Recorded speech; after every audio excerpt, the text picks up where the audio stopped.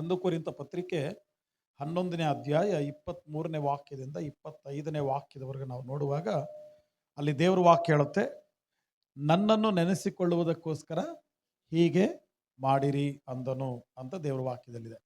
ನಾವು ಪ್ರತಿ ತಿಂಗಳಲ್ಲಿ ಮೊದಲನೇ ವಾರ ನಾವು ದ್ರಾಕ್ಷರಸದ ಕೂಟದಲ್ಲಿ ಭಾಗಿಯಾಗುವಾಗ ಅದಕ್ಕೆ ನಾವು ಹೆಸರು ಬೇರೆ ಬೇರೆ ಹೆಸರು ಹೇಳ್ತೀವಿ. ದ್ರಾಕ್ಷರಸದ ಕೂಟ, ಕರ್ತನ ಭೋಜನ, ಆಮೇಲೆ ಕರ್ತನ ಮೇಜು, ಇನ್ನು ಕೆಲವರು ರಾತ್ರಿ ಭೋಜನ, ಈ ಥರ ಬೇರೆ ಬೇರೆ ಹೆಸರುಗಳಿಂದ ಆ ಆ ಕೂಟವನ್ನು ಕರೀತಾರೆ. ನಾವು ಕರ್ತನ ಭೋಜನ ದೇವರ ವಾಕ್ಯದಲ್ಲಿ ಹಂಗೆ ಬರೆದಿದೆ, ಕರ್ತನ ಭೋಜನ ಅಂತ ಬರೆದಿದೆ. ಈ ಕರ್ತನ ಭೋಜನದಲ್ಲಿ ಪ್ರತಿ ತಿಂಗಳಲ್ಲಿ ನಾವು ಧ್ಯಾನ ಮಾಡುವಾಗ ಈ ವಾಕ್ಯವನ್ನು ನಾವು ಓದ್ತೀವಿ. ಪ್ರತಿ ತಿಂಗಳು ಈ ವಾಕ್ಯ ಓದ್ತೀವಿ. ಏನು ವಾಕ್ಯ?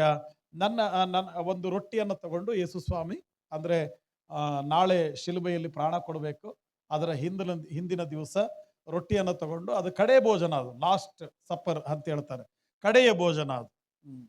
ಮತ್ತೆ ನೆಕ್ಸ್ಟ್ ಡೇ ಯೇಸು ಸ್ವಾಮಿನ ಶಿಲುಬೆಗೆ ಹಾಕ್ತಾರೆ, ನೆಕ್ಸ್ಟ್ ಡೇ ಯೇಸು ಸ್ವಾಮಿ ಸತ್ತು ಹೋಗ್ತಾರೆ.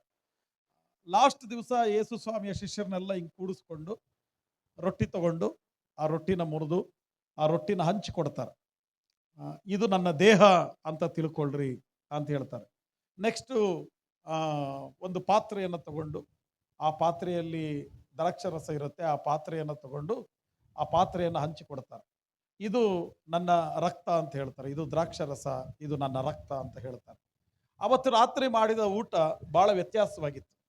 ಪ್ರತಿದಿನ ಮಾಡುವಂಥ ಊಟ ಬೇರೆ, ಆ ದಿವಸ ರಾತ್ರಿ ಮಾಡಿದಂಥ ಊಟ ಭಾಳ ವ್ಯತ್ಯಾಸವಾಗಿತ್ತು. ಯೇಸು ಸ್ವಾಮಿ ರೊಟ್ಟಿನ ಮುರಿದು ಹಂಚಿಕೊಟ್ರು, ದ್ರಾಕ್ಷರಸವನ್ನು ತಗೊಂಡು ಹಂಚಿಕೊಟ್ರು, ಇದು ನನ್ನ ರಕ್ತ, ಇದು ನನ್ನ ದೇಹ ಅಂಥೇಳಿ ಅದನ್ನು ಹಂಚಿಕೊಟ್ರು. ಯಾಕೆ ಥರ ಮಾಡಿದ್ರು ಸ್ವಾಮಿ ಅಂದರೆ, ಅಲ್ಲೊಂದು ಮಾತು ಹೇಳುತ್ತೆ, ನನ್ನನ್ನು ನೆನೆಸಿಕೊಳ್ಳುವುದಕ್ಕೋಸ್ಕರ ಹೀಗೆ ಮಾಡಿರಿ ಅಂದನು. ಯಾಕೆ ಆ ಕೂಟ ಅಂದರೆ, ಅವತ್ತಿನ ಲಾಸ್ಟ್ ಊಟ. ಯಾಕೆ ಆ ಥರ ಮಾಡಿದ್ರು ಅಂದರೆ, ನನ್ನನ್ನು ನೆನೆಸಿಕೊಳ್ಳುವುದಕ್ಕೋಸ್ಕರ ಹೀಗೆ ಮಾಡಿರಿ ಅಂದನು.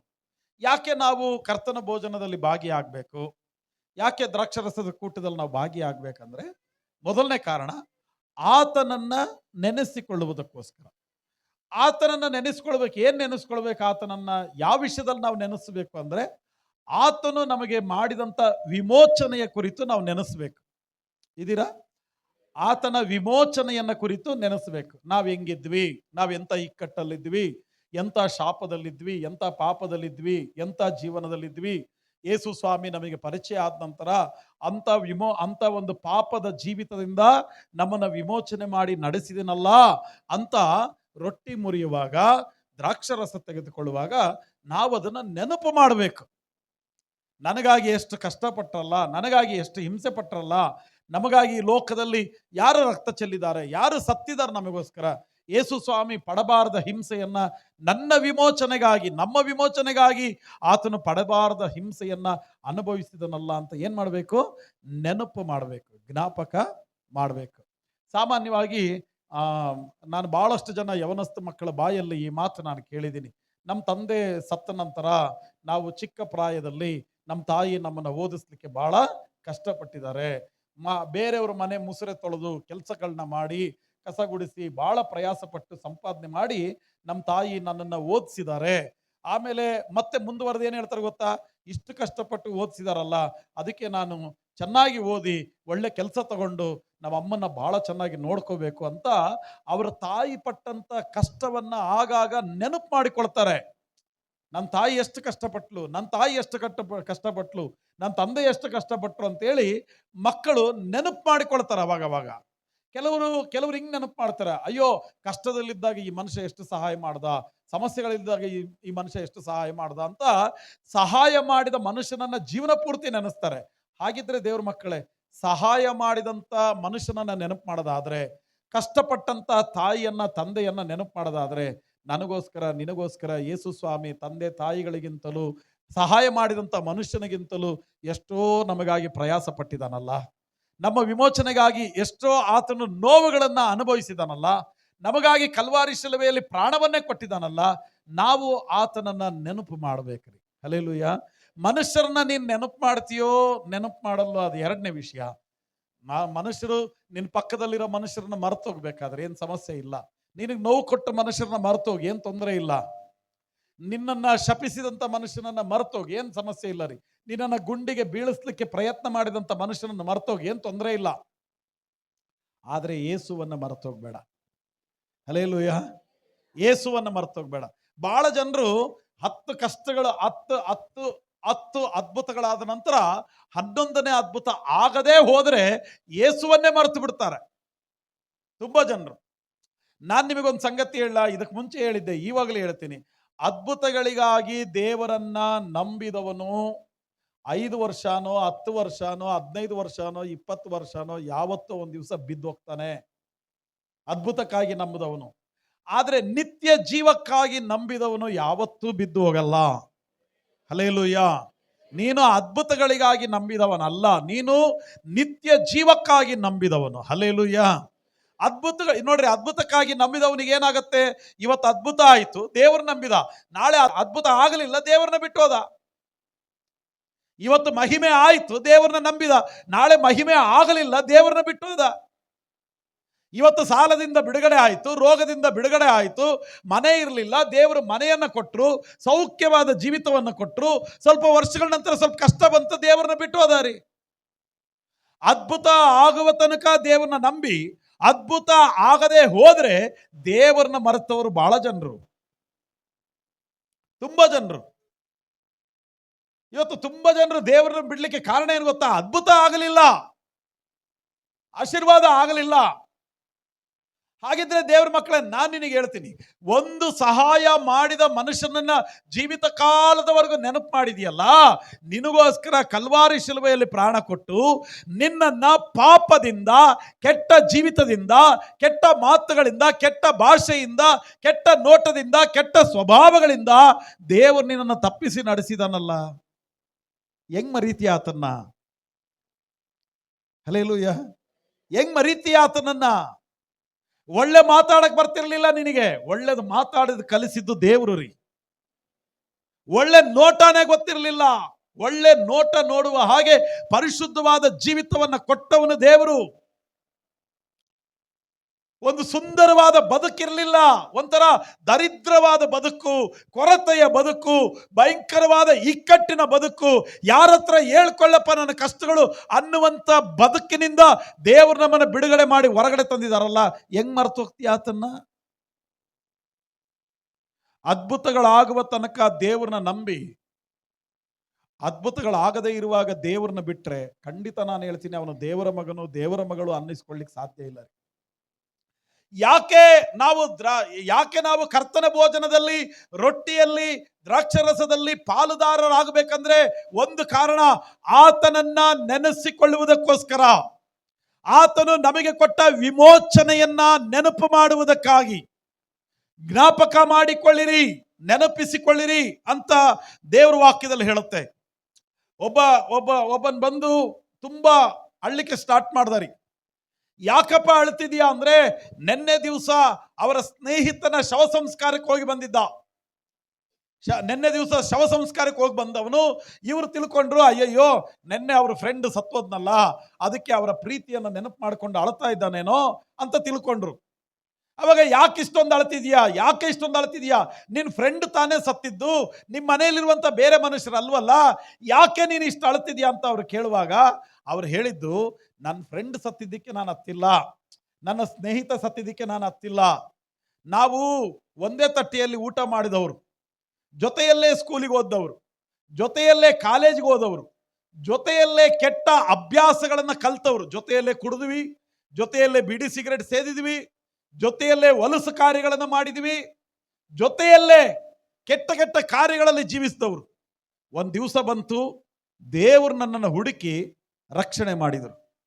ಒಂದು ದಿವಸ ಬಂತು, ದೇವರು ನನ್ನನ್ನು ಹುಡುಕಿ ನನ್ನನ್ನು ರಕ್ಷಣೆ ಮಾಡಿದರು. ಆದರೆ ನನ್ನ ಸ್ನೇಹಿತನಿಗೆ ರಕ್ಷಣೆ ಇಲ್ಲದಂಗಾಯಿತು. ಅವನು ದೇವ್ರನ್ನ ಕಂಡುಕೊಳ್ಳಲಿಲ್ಲ, ಅವನು ಸತ್ತು ಹೋದ. ನಾನು ಯಾಕೆ ಅಳ್ತಾ ಇದ್ದೀನಂದ್ರೆ, ದೇವರು ನನ್ನನ್ನು ರಕ್ಷಿಸಿ ಸೌಖ್ಯ ಮಾಡಿ ನನ್ನನ್ನು ಬಿಡುಗಡೆ ಮಾಡಿ ತಂದ್ರಲ್ಲ, ಇಲ್ಲದಿದ್ರೆ ನಾನು ಕೂಡ ಅದೇ ತರ ಸಾಯ್ತಾ ಇದ್ನಲ್ಲ. ಅದನ್ನ ನೆನಪು ಮಾಡಿ ನಾನು ಅಳುತ್ತಿದ್ದೀನಿ ಅಂದ್ರೆ ಅದರ ಅರ್ಥ, ಆ ದೇವರು ಅವನಿಗೆ ಕೊಟ್ಟಂತ ವಿಮೋಚನೆಯನ್ನ ನೆನಪು ಮಾಡಿ ಕಣ್ಣೀರಿಡ್ತಾ ಇದ್ದಾನೆ. ದೇವರ ಮಕ್ಕಳೇ, ನಿಮಗೆ ಕೊಟ್ಟ ವಿಮೋಚನೆಯನ್ನ ನೀವು ಮರೆತು ಹೋದ್ರೆ, ದೇವರನ್ನ ಮರೆತು ಹೋದ್ರೆ, ವಿಮೋಚನೆಯನ್ನ ಮರೆತು ಹೋದ್ರೆ, ಅದಕ್ಕೆ ದೇವ್ರ ವಾಕ್ಯ ಹೇಳುತ್ತೆ, ಕರ್ತನ ಭೋಜನ ಯಾಕೆ ಅಂದ್ರೆ, ಈ ಕರ್ತನ ಭೋಜನ ಮಾಡುವಾಗಲೆಲ್ಲ ದೇವರು ನಮಗೆ ಕೊಟ್ಟ ವಿಮೋಚನೆಯನ್ನು ನಾವು ನೆನಪು ಮಾಡಬೇಕು. ಹಲ್ಲೆಲೂಯಾ. ಎಷ್ಟೆಲ್ಲ ಅದ್ಭುತ ಮಾಡಿದ್ರು, ಎಷ್ಟೆಲ್ಲ ಉಪಕಾರ ಮಾಡಿದ್ರು, ಎಷ್ಟು ಸಹಾಯ ಮಾಡಿದ್ರು, ನಾವು ನೆನಪು ಮಾಡಿಕೊಳ್ಳಬೇಕು. ಎರಡನೇ ಕಾರ್ಯ ದೇವ್ರ ವಾಕ್ಯ ಏನ್ ಹೇಳುತ್ತೆ, ಅದೇ 1 ಕೊರಿಂಥ ಪತ್ರಿಕೆಯಲ್ಲಿ 11ನೇ ಅಧ್ಯಾಯ 28-29ನೇ ವಾಕ್ಯದಲ್ಲಿ ದೇವ್ರ ವಾಕ್ಯ ಹೇಳುತ್ತೆ, ನಿಮ್ಮನ್ನ ನೀವು ಪರೀಕ್ಷಿಸಿಕೊಳ್ಳಿರಿ. ಏನ್ ಮಾಡ್ರಿ? ಏನ್ ಮಾಡ್ಬೇಕು? ನಿಮ್ಮನ್ನ ಪರೀಕ್ಷಿಸಿಕೊಳ್ಳಬೇಕು. ಮೊದಲನೇ ಕಾರ್ಯ ಏನ್ ಮಾಡ್ಬೇಕು? ನಮ್ಮ ವಿಮೋಚನೆಯನ್ನ ನೆನಪು ಮಾಡಬೇಕು. ಪಕ್ಕದವ್ರಿಗೆ ಹೇಳ್ರಿ, ನಮಗೆ ದೇವರು ಕೊಟ್ಟ ವಿಮೋಚನೆಯನ್ನ, ಬಿಡುಗಡೆಯನ್ನ ನೆನಪು ಮಾಡಬೇಕು. ಎರಡನೇ ಕಾರ್ಯ ನಾವು ಏನ್ ಮಾಡ್ಬೇಕಂದ್ರೆ, ನಮ್ಮನ್ನ ನಾವು ಪರೀಕ್ಷಿಸಬೇಕು. ನಮ್ಮನ್ನ ನಾವೇ ಪರೀಕ್ಷಿಸಿಕೊಳ್ಳಬೇಕು.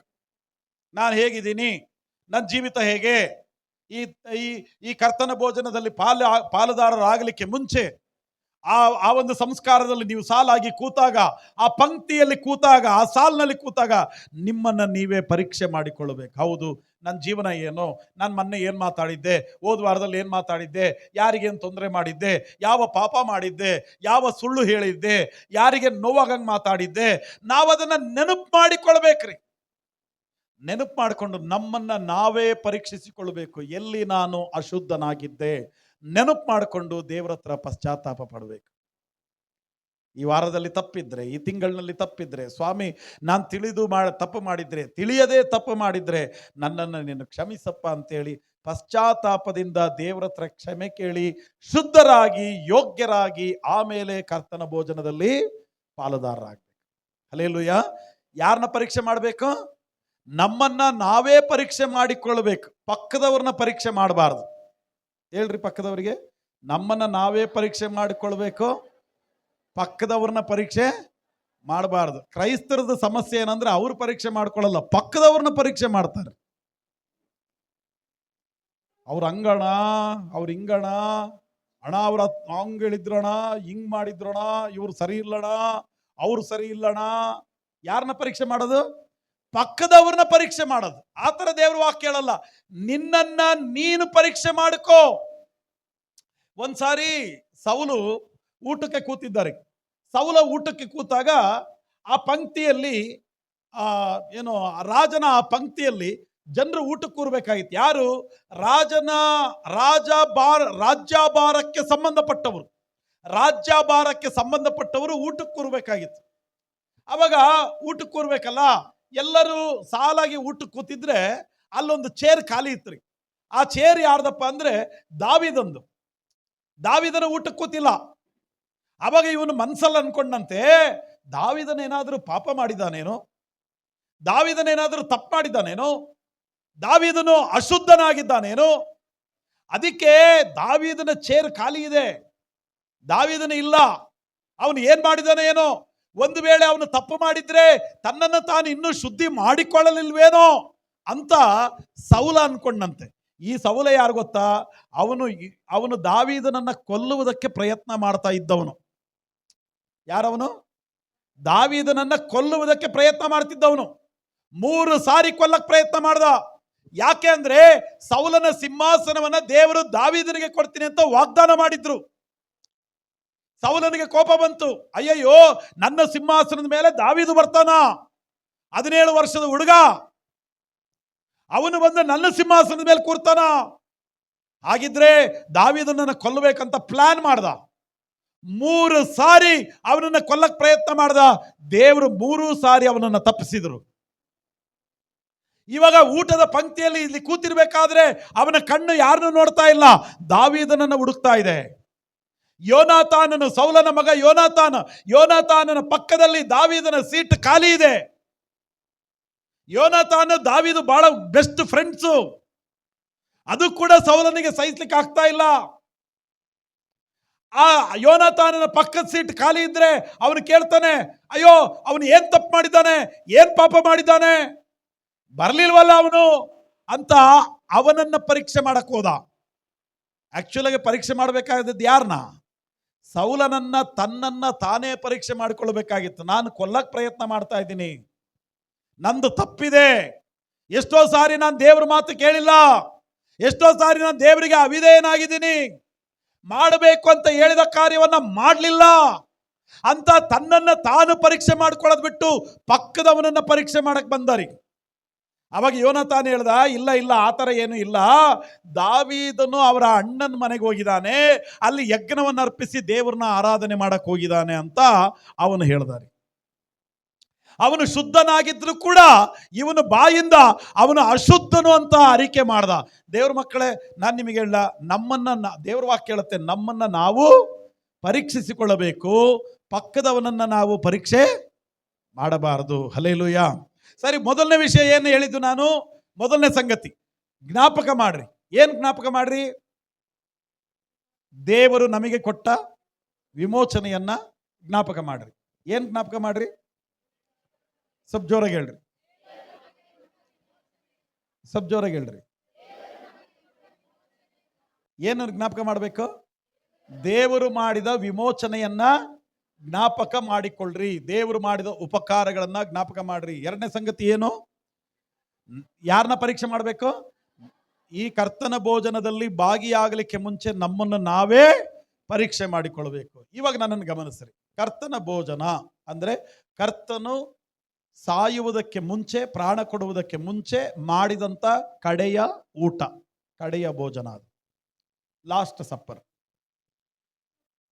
ಮನೆಯಲ್ಲಿ ಮಾಡೋ ಊಟಕ್ಕೂ ಇಲ್ಲಿ ನಾವು ಮಾಡುವ ಊಟಕ್ಕೂ ವ್ಯತ್ಯಾಸ ಇದೆ. ಇದು ಕರ್ತನ ಭೋಜನ. ಮೊನ್ನೆ ಒಬ್ಬರು ಉಪದೇಶಕರು ಬಂದಿದ್ರಲ್ಲ ನಮ್ಮ ಸಭೆಗೆ, ಅವ್ರು ಹೇಳ್ತಿದ್ರು, ಕರ್ತನ ಭೋಜನ ಎಂಜಾಯ್ ಮಾಡ್ರಿ, ಎಂಜಾಯ್ ಮಾಡ್ಬೇಕಂತ.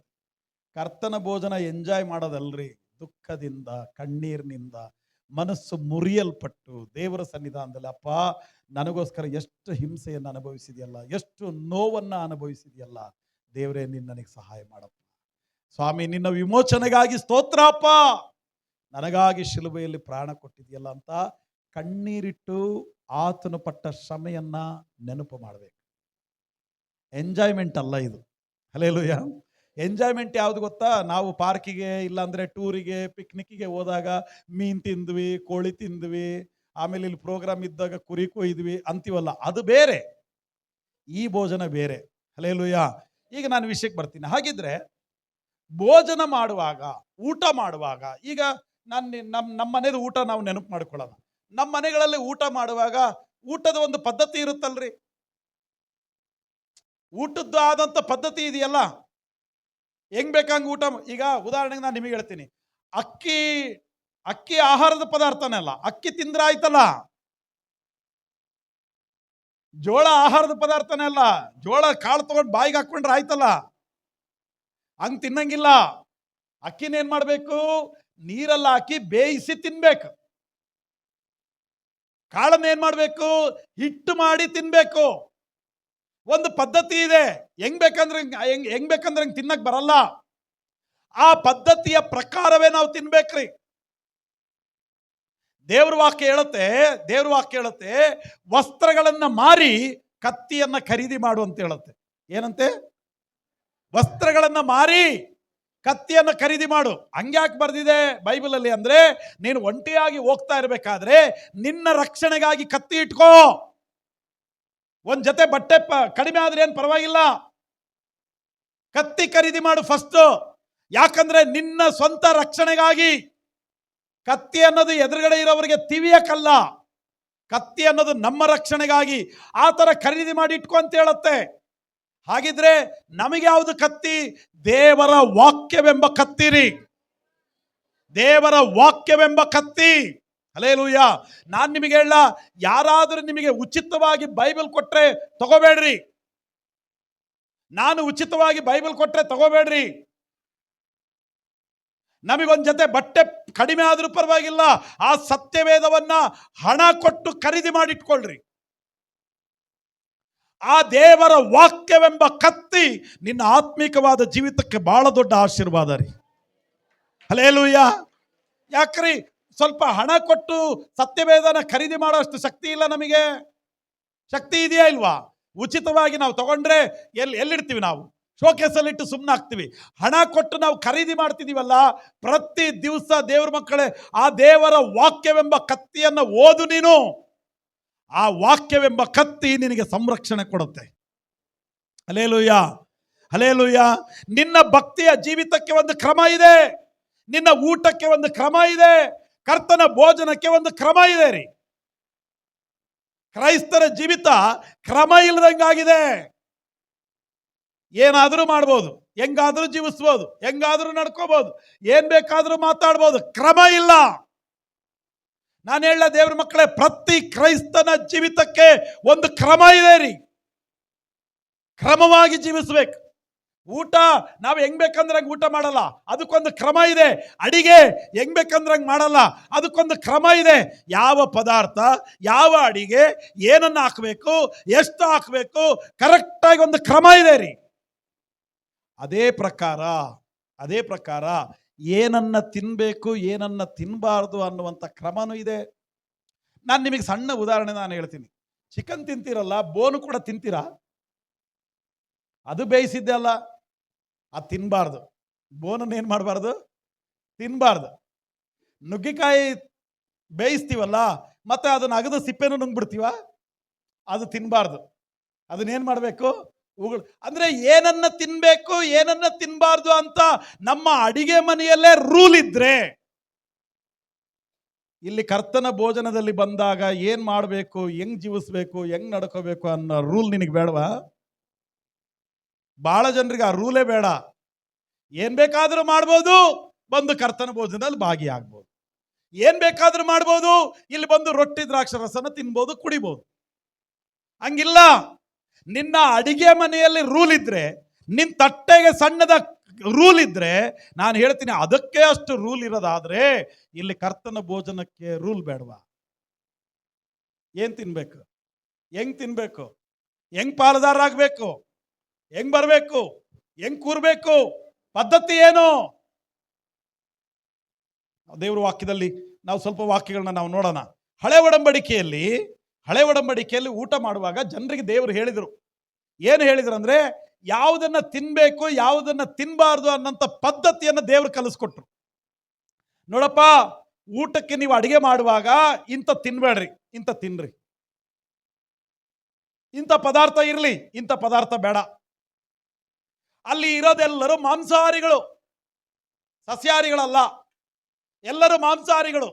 ಅದಕ್ಕೆ ಅವ್ರಿಗೊಂದು ಪ್ರಶ್ನೆ ಇತ್ತು, ಏನ್ ತಿನ್ಬೇಕು, ಏನ್ ತಿನ್ನಬಾರ್ದು, ಯಾವ ಜೀವಿಯನ್ನು ತಿನ್ಬೇಕು, ಯಾವ ಜೀವಿಯನ್ನು ತಿನ್ನಬಾರ್ದು.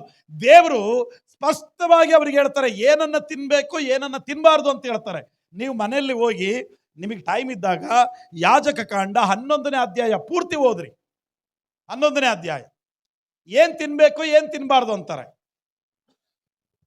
ಹಂಗಿದ್ರೆ ಮತ್ತೆ ಇವಾಗ ನಾನು ಇದನ್ನ ಹೇಳಕ್ ಬರ್ತಾ ಇಲ್ಲ, ಏನ್ ತಿನ್ಬೇಕು, ಏನ್ ತಿನ್ಬಾರ್ದು ಅಂತ ಹೇಳೋದು ನನ್ನ ಉದ್ದೇಶ ಅಲ್ಲ. ಈಗ ಹೊಸ ಒಡಂಬಡಿಕೆಗೆ ಬಂದಾಗ ಯೇಸು ಸ್ವಾಮಿ ಏನು ಹೇಳಿದ್ರು? ಶರೀರಕ್ಕೆ ನೀವು ತಗೊಳ್ಳುವಂತ ಆಹಾರ ನಿಮ್ಮನ್ನ ಕೆಡಿಸಲ್ಲ, ನಿಮ್ಮ ಬಾಯಿಂದ ಹೊರಡುವಂತ ಮಾತುಗಳು ನಿಮ್ಮನ್ನ ಕೆಡಿಸ್ತವೆ. ಅಂದ್ರೆ ನಿಮ್ಮ ಆತ್ಮವು ಕೆಟ್ಟು ಹೋಗದ ಹಾಗೆ ನೋಡ್ಕೊಳ್ರಿ. ನಿಮ್ಮ ಶರೀರಕ್ಕೆ ಕೊಡುವಂತ ಊಟ ನಿಮ್ಮನ್ನ ಹಾಳು ಮಾಡಲ್ಲ. ಅಯ್ಯೋ, ಇದು ತಿನ್ನಬಾರ್ದು, ಅದು ತಿನ್ನಬಾರ್ದು, ಇದು ತಿನ್ನಬಾರ್ದು, ಅದು ತಿಂದ್ರೆ ಅಶುದ್ಧ, ಇದು ತಿಂದ್ರೆ ಅಶುದ್ಧ ಅಂತ ಹೊಸ ಒಡಂಬಡಿಕೆಯಲ್ಲಿ ಇಲ್ಲ ರೀ. ತಿನ್ನುವಂತ ಊಟ ನಮ್ಮನ್ನ ಹಾಳು ಮಾಡಲ್ಲ ರೀ. ಈಗ ಉದಾಹರಣೆಗೆ ಸಸ್ಯಾಹಾರಿ ಒಬ್ಬನು ದೇವ್ರು ನಂಬಿದಾನ ಅಂತ ತಿಳ್ಕೊಳ್ರಿ, ಮಾಂಸ ತಿನ್ಲಿಕ್ಕೆ ಅವನಿಗೆ ಫೋರ್ಸ್ ಮಾಡಬೇಡ್ರಿ. ಅದು ಅವನ ಇಷ್ಟ, ಅದು ಅವನ ಪದ್ಧತಿ. ಬಹಳಷ್ಟು ಜನರು ಸಸ್ಯಾಹಾರಿಗಳು ದೇವ್ರನ್ನ ನಂಬಿದಾಗ ತುಂಬಾ ಜನರು ತಿನ್ನು ಏನಾಗಲ್ಲ, ದೇವ್ರು ನಂಬಿದೆಯಲ್ಲ, ತಿನ್ನು ಏನಾಗಲ್ಲ ಅಂತ ಅವನಿಗೆ ಉರಿದುಂಬಿಸಿ ಪಾಪ ಸಸ್ಯಾಹಾರಿ ಇದ್ದವನ್ನ ಮಾಂಸಾಹಾರಿ ಮಾಡಿಟ್ಟು ಬಿಡ್ತಾರೆ. ಅದು ಅವನ ಆಸೆ, ಅವನ ಪದ್ಧತಿ, ಅವನ ಹಂಗೆ ಇರಲಿ, ಅವನು ಬೇಕಾದ್ರೆ ತಿನ್ಲಿ, ಬೇಡ ಅಂದ್ರೆ ಬಿಡ್ಲಿ, ಅದು ಅವನ ಕ್ರಮ. ಮಾಂಸಾಹಾರಿ ಇರೋವನು ನೀನು ನಿನ್ನ ಕ್ರಮ. ಆದರೆ ದೇವರ ವಾಕ್ಯದಲ್ಲಿ ಎಲ್ಲೂ ಈ ತರ ಇಲ್ಲ. ನೀನು ಇದನ್ನ ತಿಂದಿದ್ರಿಂದ ಹಾಳಾಗ್ತೀಯಾ, ಇದನ್ನ ತಿಂದಿದ್ರಿಂದ ಅಶುದ್ಧನಾಗ್ತೀಯಾ, ಇದನ್ನ ತಿಂದ್ರೆ ನೀನು ಅಪವಿತ್ರನಾಗ್ತೀಯಾ, ಹಂಗಿಲ್ಲ. ನೀನು ಮಾತಾಡುವ ಮಾತು, ನೀನು ಮಾಡುವಂತ ಆಲೋಚನೆ ನಿನ್ನನ್ನು ಅಶುದ್ಧ ಮಾಡುತ್ತೆ ಹೊರತು ನೀನು ತಿನ್ನುವಂತ ಊಟ ನಿನ್ನನ್ನು ಯಾವತ್ತೂ ಅಶುದ್ಧ ಮಾಡಲ್ಲ. ಹಲ್ಲೆಲೂಯಾ. ದೇವರ ವಾಕ್ಯದಲ್ಲಿದೆ, ನೀನು ಏನಾದರೂ ತಿನ್ನು, ನೀನು ಯಾವ ಜೀವಿಯನ್ನಾದರೂ ತಿನ್ನು, ಯಾವ ಪದಾರ್ಥಗಳನ್ನಾದರೂ ತಿನ್ನು, ನಿನ್ನನ್ನು ಅದು ಹೊಲೆ ಮಾಡಲ್ಲ. ಮತ್ತಂಗಿದ್ರೆ ಹಳೆ ಒಡಂಬಡಿಕೆಯಲ್ಲಿ ಯಾಕೆ ಇದನ್ನ ತಿನ್ಬೇಡ್ರಿ, ಇದನ್ನ ತಿನ್ರಿ, ಇಂತಿಂತವು ಮುಟ್ಟಬೇಡ್ರಿ ಅಂತ ಯಾಕೆ ಹೇಳಿದ್ರು ಹಳೆ ಒಡಂಬಡಿಕೆಯಲ್ಲಿ ಅಂದ್ರೆ, ಇವಾಗ ನಾನು ಹೇಳ್ತೀನಿ ಗಮನಿಸ್ರಿ, ಯಾಕೆ ಅದನ್ನ ಹೇಳಿದ್ರು. ಹಳೆ ಒಡಂಬಡಿಕೆಯ ಯಾಜಕ ಕಾಂಡ ಇದೆಯಲ್ಲ, ಆ ಪುಸ್ತಕದಲ್ಲಿರುವಂಥದ್ದು ಪೂರ್ತಿ ಯೇಸುವನ್ನ ನಾವು ನೋಡ್ತೀವಿ. ಯೇಸು ನಮಗೆ ಯಜ್ಞಾರ್ಪಿತನಾದಂಥ ಪುಸ್ತಕ ಅದು. ಹಲ್ಲೆಲೂಯಾ. ಯೇಸು ಒಬ್ಬ ಯಾಜಕನನ್ನಾಗಿ ತೋರಿಸಿದಂಥ ಪುಸ್ತಕ ಅದು. ಈಗ ನನ್ನನ್ನು ಗಮನಿಸ್ರಿ, ಏನ್ ಹಳೆ ಒಡಂಬಡಿಕೆಯಲ್ಲಿ ಏನ್ ತಿನ್ಬೇಕು ಏನ್ ತಿನ್ಬಾರ್ದು ಅಂತಿದೆ. ಎರಡು ನೋಡ್ರಿ, ರೆಕ್ಕೆಗಳು ಇದ್ದು ಕಾಲ್ನಡಿಗೆಯಲ್ಲಿ ನಡೆಯುವಂತ ಯಾವ ಜೀವಿಯನ್ನು ತಿನ್ನಬೇಡ್ರಿ ಅಂದ್ರು. ಪಕ್ಷಿ ಅಂದ್ರೆ ಹೆಂಗ್ ಗುರ್ತಿಡಿಯೋದು? ಇದು ಪಕ್ಷಿ ಅಂತ ಹೆಂಗ್ ಹೇಳೋದು? ಏನು ಸ್ವಲ್ಪ ಜೋರಾಗಿ ಹೇಳ್ರಿ. ರೆಕ್ಕೆ ಇರುತ್ತೆ, ಅದು ಹಾರತ್ತೆ, ಅದಕ್ಕೆ ಪಕ್ಷಿ ಅಂತ ಗೊತ್ತಾಗತ್ತೆ. ಪ್ರಾಣಿ ಅಂತ ಹೆಂಗ್ ಗುರ್ತಿಡಿಯೋದು? ಅದಕ್ಕೆ 4 ಕಾಲಿರುತ್ತೆ, ಆ ಕಾಲ್ ಮೇಲೆ ನಡೆಯುತ್ತೆ, ಅದಕ್ಕೆ ಇದು ಪ್ರಾಣಿ ಅಂತ ಹೇಳೋದು. ಈಗ ಕಾಲ್ ಮೇಲೆ ನಡೆದು ರೆಕ್ಕೆಗಳಲ್ಲಿ ಹಾರುವಂತ ಜೀವಿಗೆ ಏನಂತ ಹೇಳೋದು? ಪ್ರಾಣಿ ಅನ್ನದ ಪಕ್ಷಿ ಅನ್ನದ? ಅಂತ ಜೀವಿ ತಿನ್ಬೇಡ್ರಿ ಅಂದ್ರು. ಪಕ್ಷಿ ಅನ್ನದಲ್ಲ, ಕಾಲ್ ಮೇಲೂ ನಡೆಯುತ್ತೆ.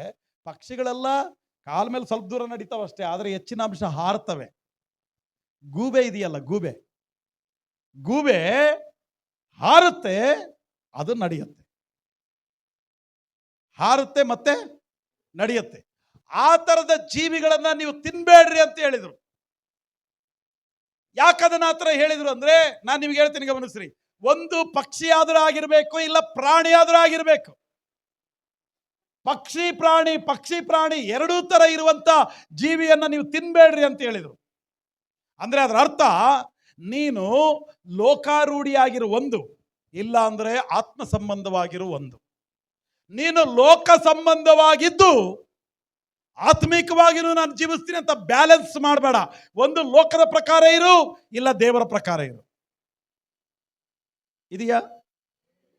ಬಹಳ ಜನ ಕ್ರೈಸ್ತರು ಹೆಂಗಿದ್ದಾರೆ, ಲೋಕಾರೂಢಿಯಾಗಿ ಜೀವಿಸ್ತಾರೆ, ಭಾನುವಾರ ಬಂದು ಚಪ್ಪಾಳೆ ತಟ್ಟೆ ಅಲ್ಲೆಲ್ಲೂ ಹೇಳಿ ಹೋಗ್ತಾರೆ. ಲೋಕಾರೂಢಿಯಾಗಿ ಜೀವಿಸಬೇಡ, 2 ತರ ಇರಬೇಡ ಅಂತ ಹೇಳೋದು ಆ ವಾಕ್ಯದ ಅರ್ಥ. ಒಬ್ರು ಪಾಸ್ಟರ್ ಬಂದು ಹೇಳಿದ್ರು, ಪಾಸ್ಟರ್ ನಾವು ಚರ್ಚ್ ಕಟ್ಟಿದೀವಿ, ಊರಿಂದ ಸ್ವಲ್ಪ ದೂರ ಇದೆ, ಬಹಳ ಗೂಬೆಗಳು ಬಂದು ಅಲ್ಲೆಲ್ಲೆಲ್ಲಿ ಗೂಡುಗಳು ಕಟ್ಬಿಟ್ಟಿದ್ದಾವೆ, ಗೂಬೆಗಳು ವಾಸ ಇದ್ದಾವೆ ಅಂದ್ರು. ಅಲ್ಲೆಲ್ಲೆಲ್ಲಿ ಗೂಬೆಗಳಿದಾವೆ. ಅದಕ್ಕೆ ಇನ್ನೊಬ್ರು ಪಾಸ್ಟರ್ ಏನ್ ಹೇಳಿದ್ರು ಅಂದ್ರೆ, ನೋಡಪ್ಪ, ಗೂಬೆಗಳು ಬಂದು ಗೂಡು ಕಟ್ಲಿ ಸಮಸ್ಯೆ ಇಲ್ಲ, ಬಂದವರು ಗೂಬೆ ಆಗದಂಗೆ ನೋಡ್ಕೋ, ಬಂದವರು ಗೂಬೆಗಳಾಗಬಾರ್ದು. ಇದೀರಾ? ಏನಂತದು?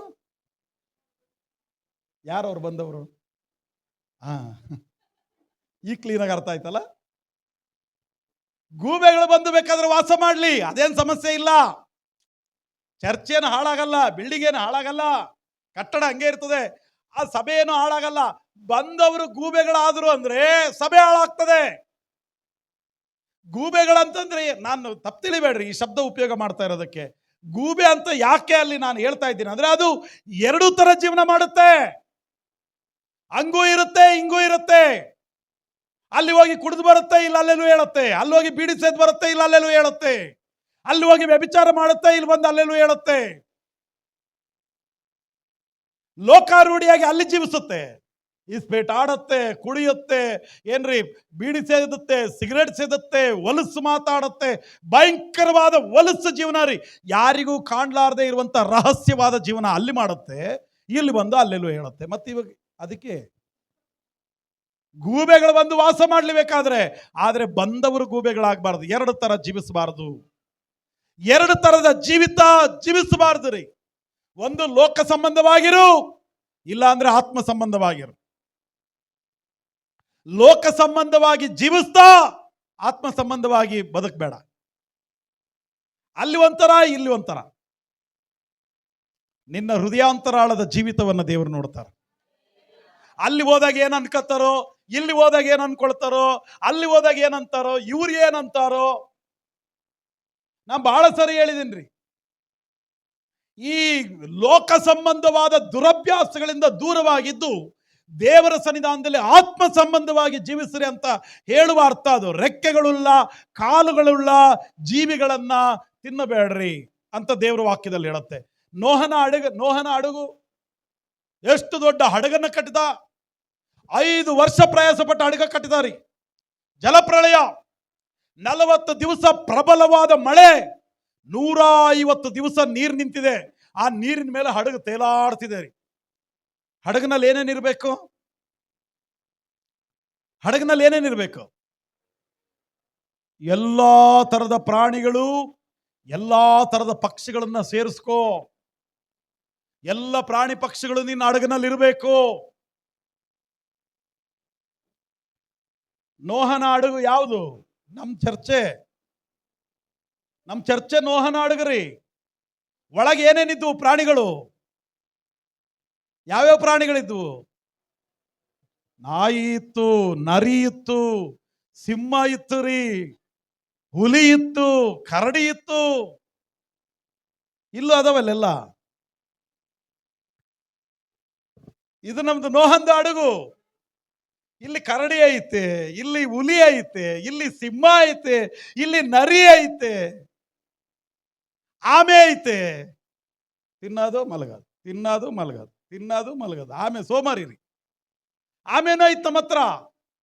ಮೊಲನೂ ಐತೆ, ಚುರುಕಾಗಿ ಓಡುತ್ತೆ ಓಡುತ್ತೆ ಓಡುತ್ತೆ, ಕಿಂಚಿತ್ತು ರೆಸ್ಟ್ ಇಲ್ಲದಕ್ಕೆ. ಮೊಲನೂ ಐತ್ರಿ ಇಲ್ಲಿ. ಟೈಗರ್ ಐತಿಲ್ಲಿ, ಹುಷಾರು, ಗರ್ಜನೆ ಮಾಡುತ್ತೆ. ಸಿಂಹ ಇದೆ, ಗರ್ಜನೆ ಮಾಡುತ್ತೆ. ನರಿ ಇದೆ, ವಂಚನೆ ಮಾಡುತ್ತೆ. ಇದೀರಾ?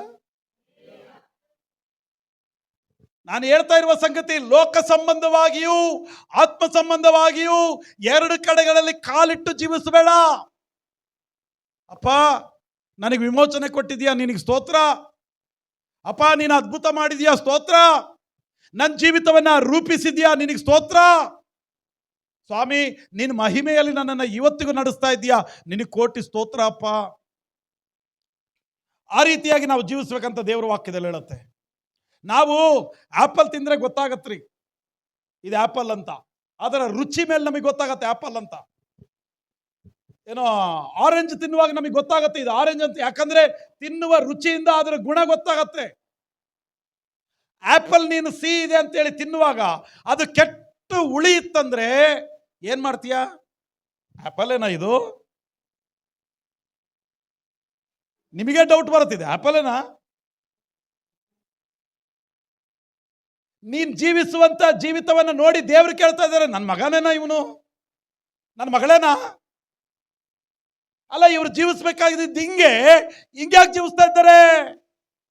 ಆಪಲ್ ರುಚಿ ಕೊಡ್ಬೇಕಾದದ್ದು ಸಿಹಿ, ಹುಳಿ ಯಾಕೈತಿದು? ಆಪಲ್ ಏನಾ ಇದು? ಏನ್ ಮಾಡ್ತೀವಿ? ಅದು ಬಹಳ ಹುಳಿ ಇತ್ತಂದ್ರೆ ಆಪಲ್ ಇದು ಥೋ ಅಂತೇಳಿ ಬಿಸಾಕ್ತೀವಿ. 2 ತರದ ಜೀವಿತ ಇದ್ರೆ ದೇವರು ಹಂಗೇನೆ. ಸಿಹಿ ಇರ್ಬೇಕಾಗಿತ್ತು, ಇದೇನು ಹುಳಿ ಇದೆಯಲ್ಲ ಬಿಸಾಡ್ತಾನ. 2ನೇ ಕಾರ್ಯ ರೀ. ಮತ್ಯಾವ ಜೀವಿ ತಿನ್ಬಾರ್ದಂದ್ರೆ ದೇವರ ವಾಕ್ಯದಲ್ಲಿ ಹೇಳುತ್ತೆ, ನೆಲದ ಮೇಲೆ ಹರಿಯುವಂತಹ ಜೀವಿಗಳನ್ನು ತಿನ್ಬಾರ್ದು. ನೆಲದ ಮೇಲೆ ಹರಿಯುವ ಜೀವಿಗಳಂದ್ರೆ ಯಾವುವು? ಅದು ಹೊಟ್ಟೆ ಮೇಲೆ ಹರಿಯೋದು. ನೆಲದ ಮೇಲೆ ಹರಿಯುವ ಜೀವಗಳಂದ್ರೆ ಯಾವುದಂದ್ರೆ ನೆಲದ ರಂಧ್ರಗಳಲ್ಲಿ, ಭೂಮಿಯ ರಂಧ್ರಗಳಲ್ಲಿ ವಾಸ ಮಾಡ್ತಾವಲ್ಲ, ಯಾವು? ಇಲಿ, ಹೆಗ್ಗಣ. ಇದನ್ನೇನ್ ಮಾಡಬಾರ್ದು. ಮತ್ತೆ ಇಲಿ ಹೆಗ್ಗಣ ತಿನ್ಬಾರ್ದಂತ ಯಾಕೆ ಅಂದ್ರೆ ನಾವು ತಿನ್ನಲ್ಲ ಬಿಡ್ರಿ. ಇದೀರಿ ಯಾರಾದರೂ? ಇವು ಯಾವ ಹೇಳವು ನಾವು ತಿನ್ನಲ್ಲ. ಇಲ್ಲಿ ದೇವ್ರ ವಾಕ್ಯದಲ್ಲಿ ಹೇಳ್ತಾ ತಿನ್ಬೇಡ, ಇದು ತಿನ್ಬೇಡ ಅಂತ. ನಾನು ಹೇಳ್ತಾ ಇರೋದು ಅದರ ಆತ್ಮಿಕವಾದ ಅರ್ಥ ಏನಂತ ಹೇಳ್ತಾ ಇದ್ದೀನಿ. ರೆಕ್ಕೆಗಳುಳ್ಳ ಕಾಲುಗಳುಳ್ಳ ಜೀವಿಯನ್ನ ತಿನ್ಬೇಡ ಅಂದ್ರೆ ನೀನು ಹಂಗೂ ಹಿಂಗೂ ಬದುಕಬೇಡ, 2 ತರನೂ ಇರಬೇಡ ಅಂತ. ಆತ್ಮ ಸಂಬಂಧವಾಗಿ ಜೀವಿಸು, ದೇವ್ರು ಮಾಡಿದ ಉಪಕಾರಗಳನ್ನು ನೆನಪು ಮಾಡು. 2ನೇ ಮಾತು ನಾನು ಏನು ಹೇಳ್ತಾ ಇದ್ದೀನಿ? 2ನೇ ಮಾತು, ಭೂರಂಧ್ರಗಳಲ್ಲಿ ಜೀವಿಸುವಂತ ಜೀವಿಗಳನ್ನ ನೀನೇನ್ ಮಾಡಬೇಡ, ತಿನ್ಬೇಡ. ಅಂದ್ರೆ ಅದರ ಅರ್ಥ, ಅದರ ಆತ್ಮಿಕವಾದ ಅರ್ಥ, ಭೂ ಸಂಬಂಧವಾದ ಆಕಾಂಕ್ಷೆಗಳಿಗೆ, ಭೂ ಸಂಬಂಧವಾದ ಆಕರ್ಷಣೆಗಳಿಗೆ ಒಳಗಾಗಬೇಡ.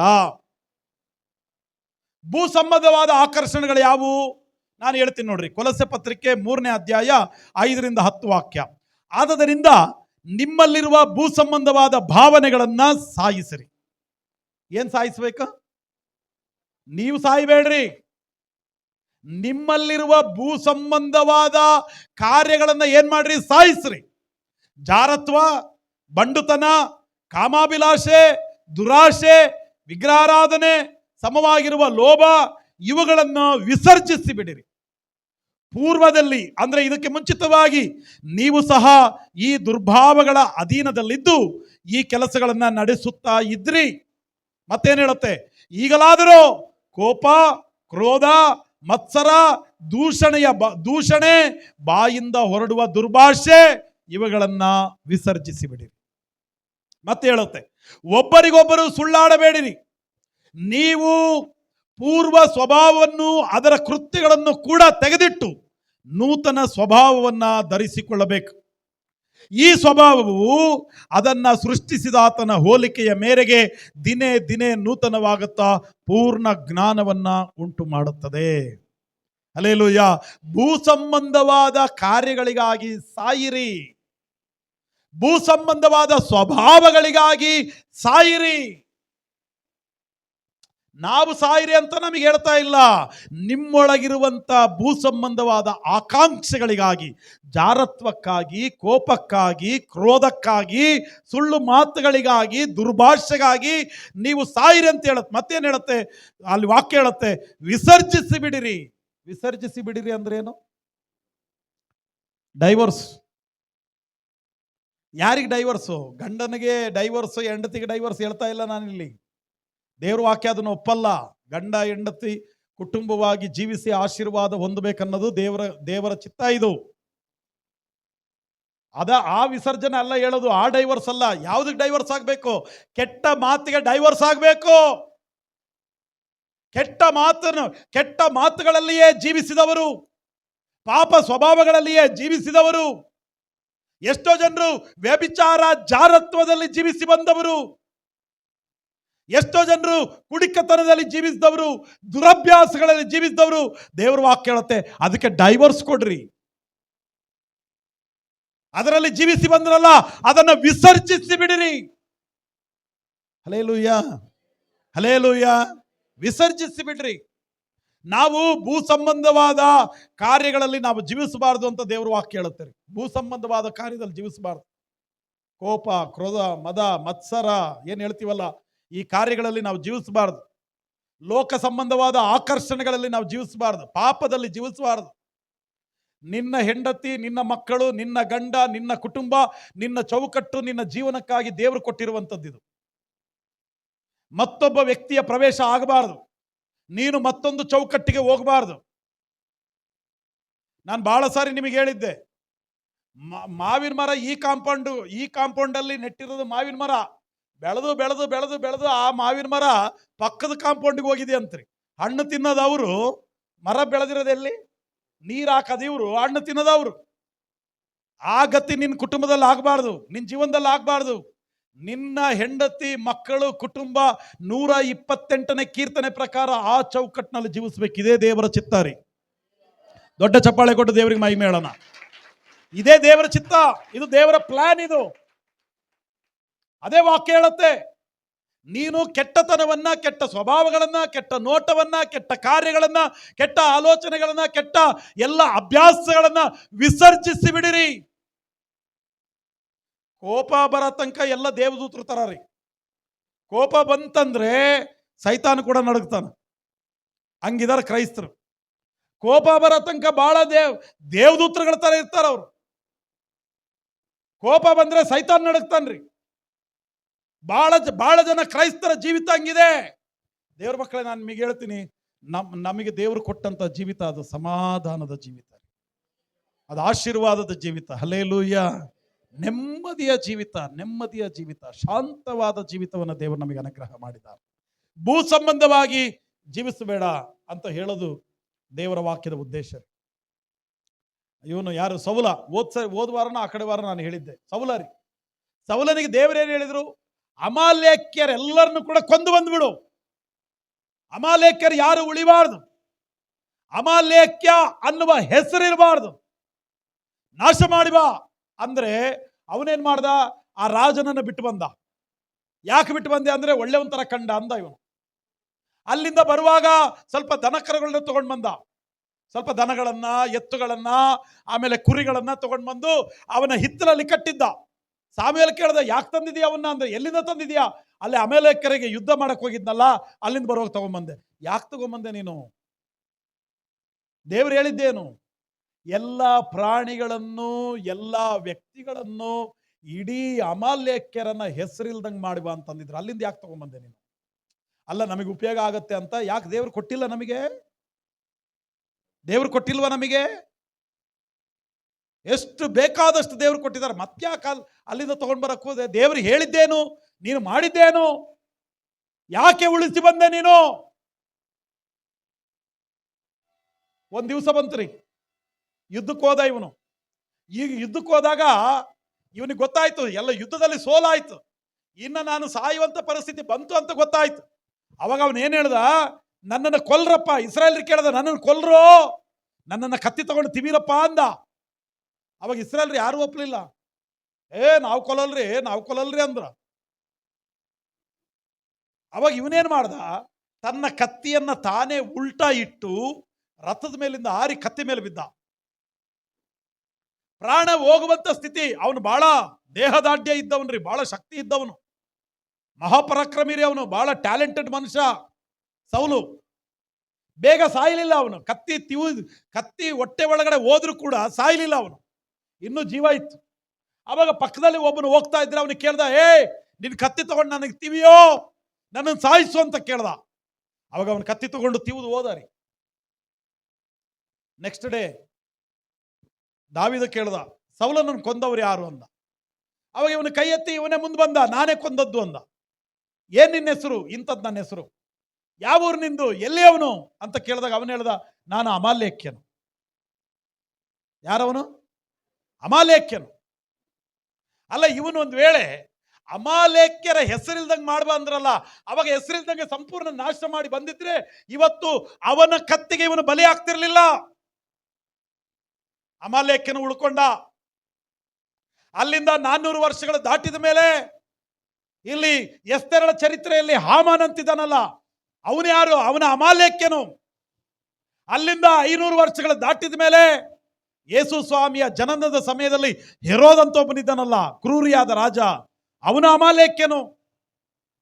ಆವತ್ತು ಸಂಪೂರ್ಣ ನಾಶ ಮಾಡಿದ್ರೆ ಇವತ್ತು ಅಮಾಲೇಕ್ಯರು ಇರ್ತಿರ್ಲಿಲ್ಲಲ್ಲ.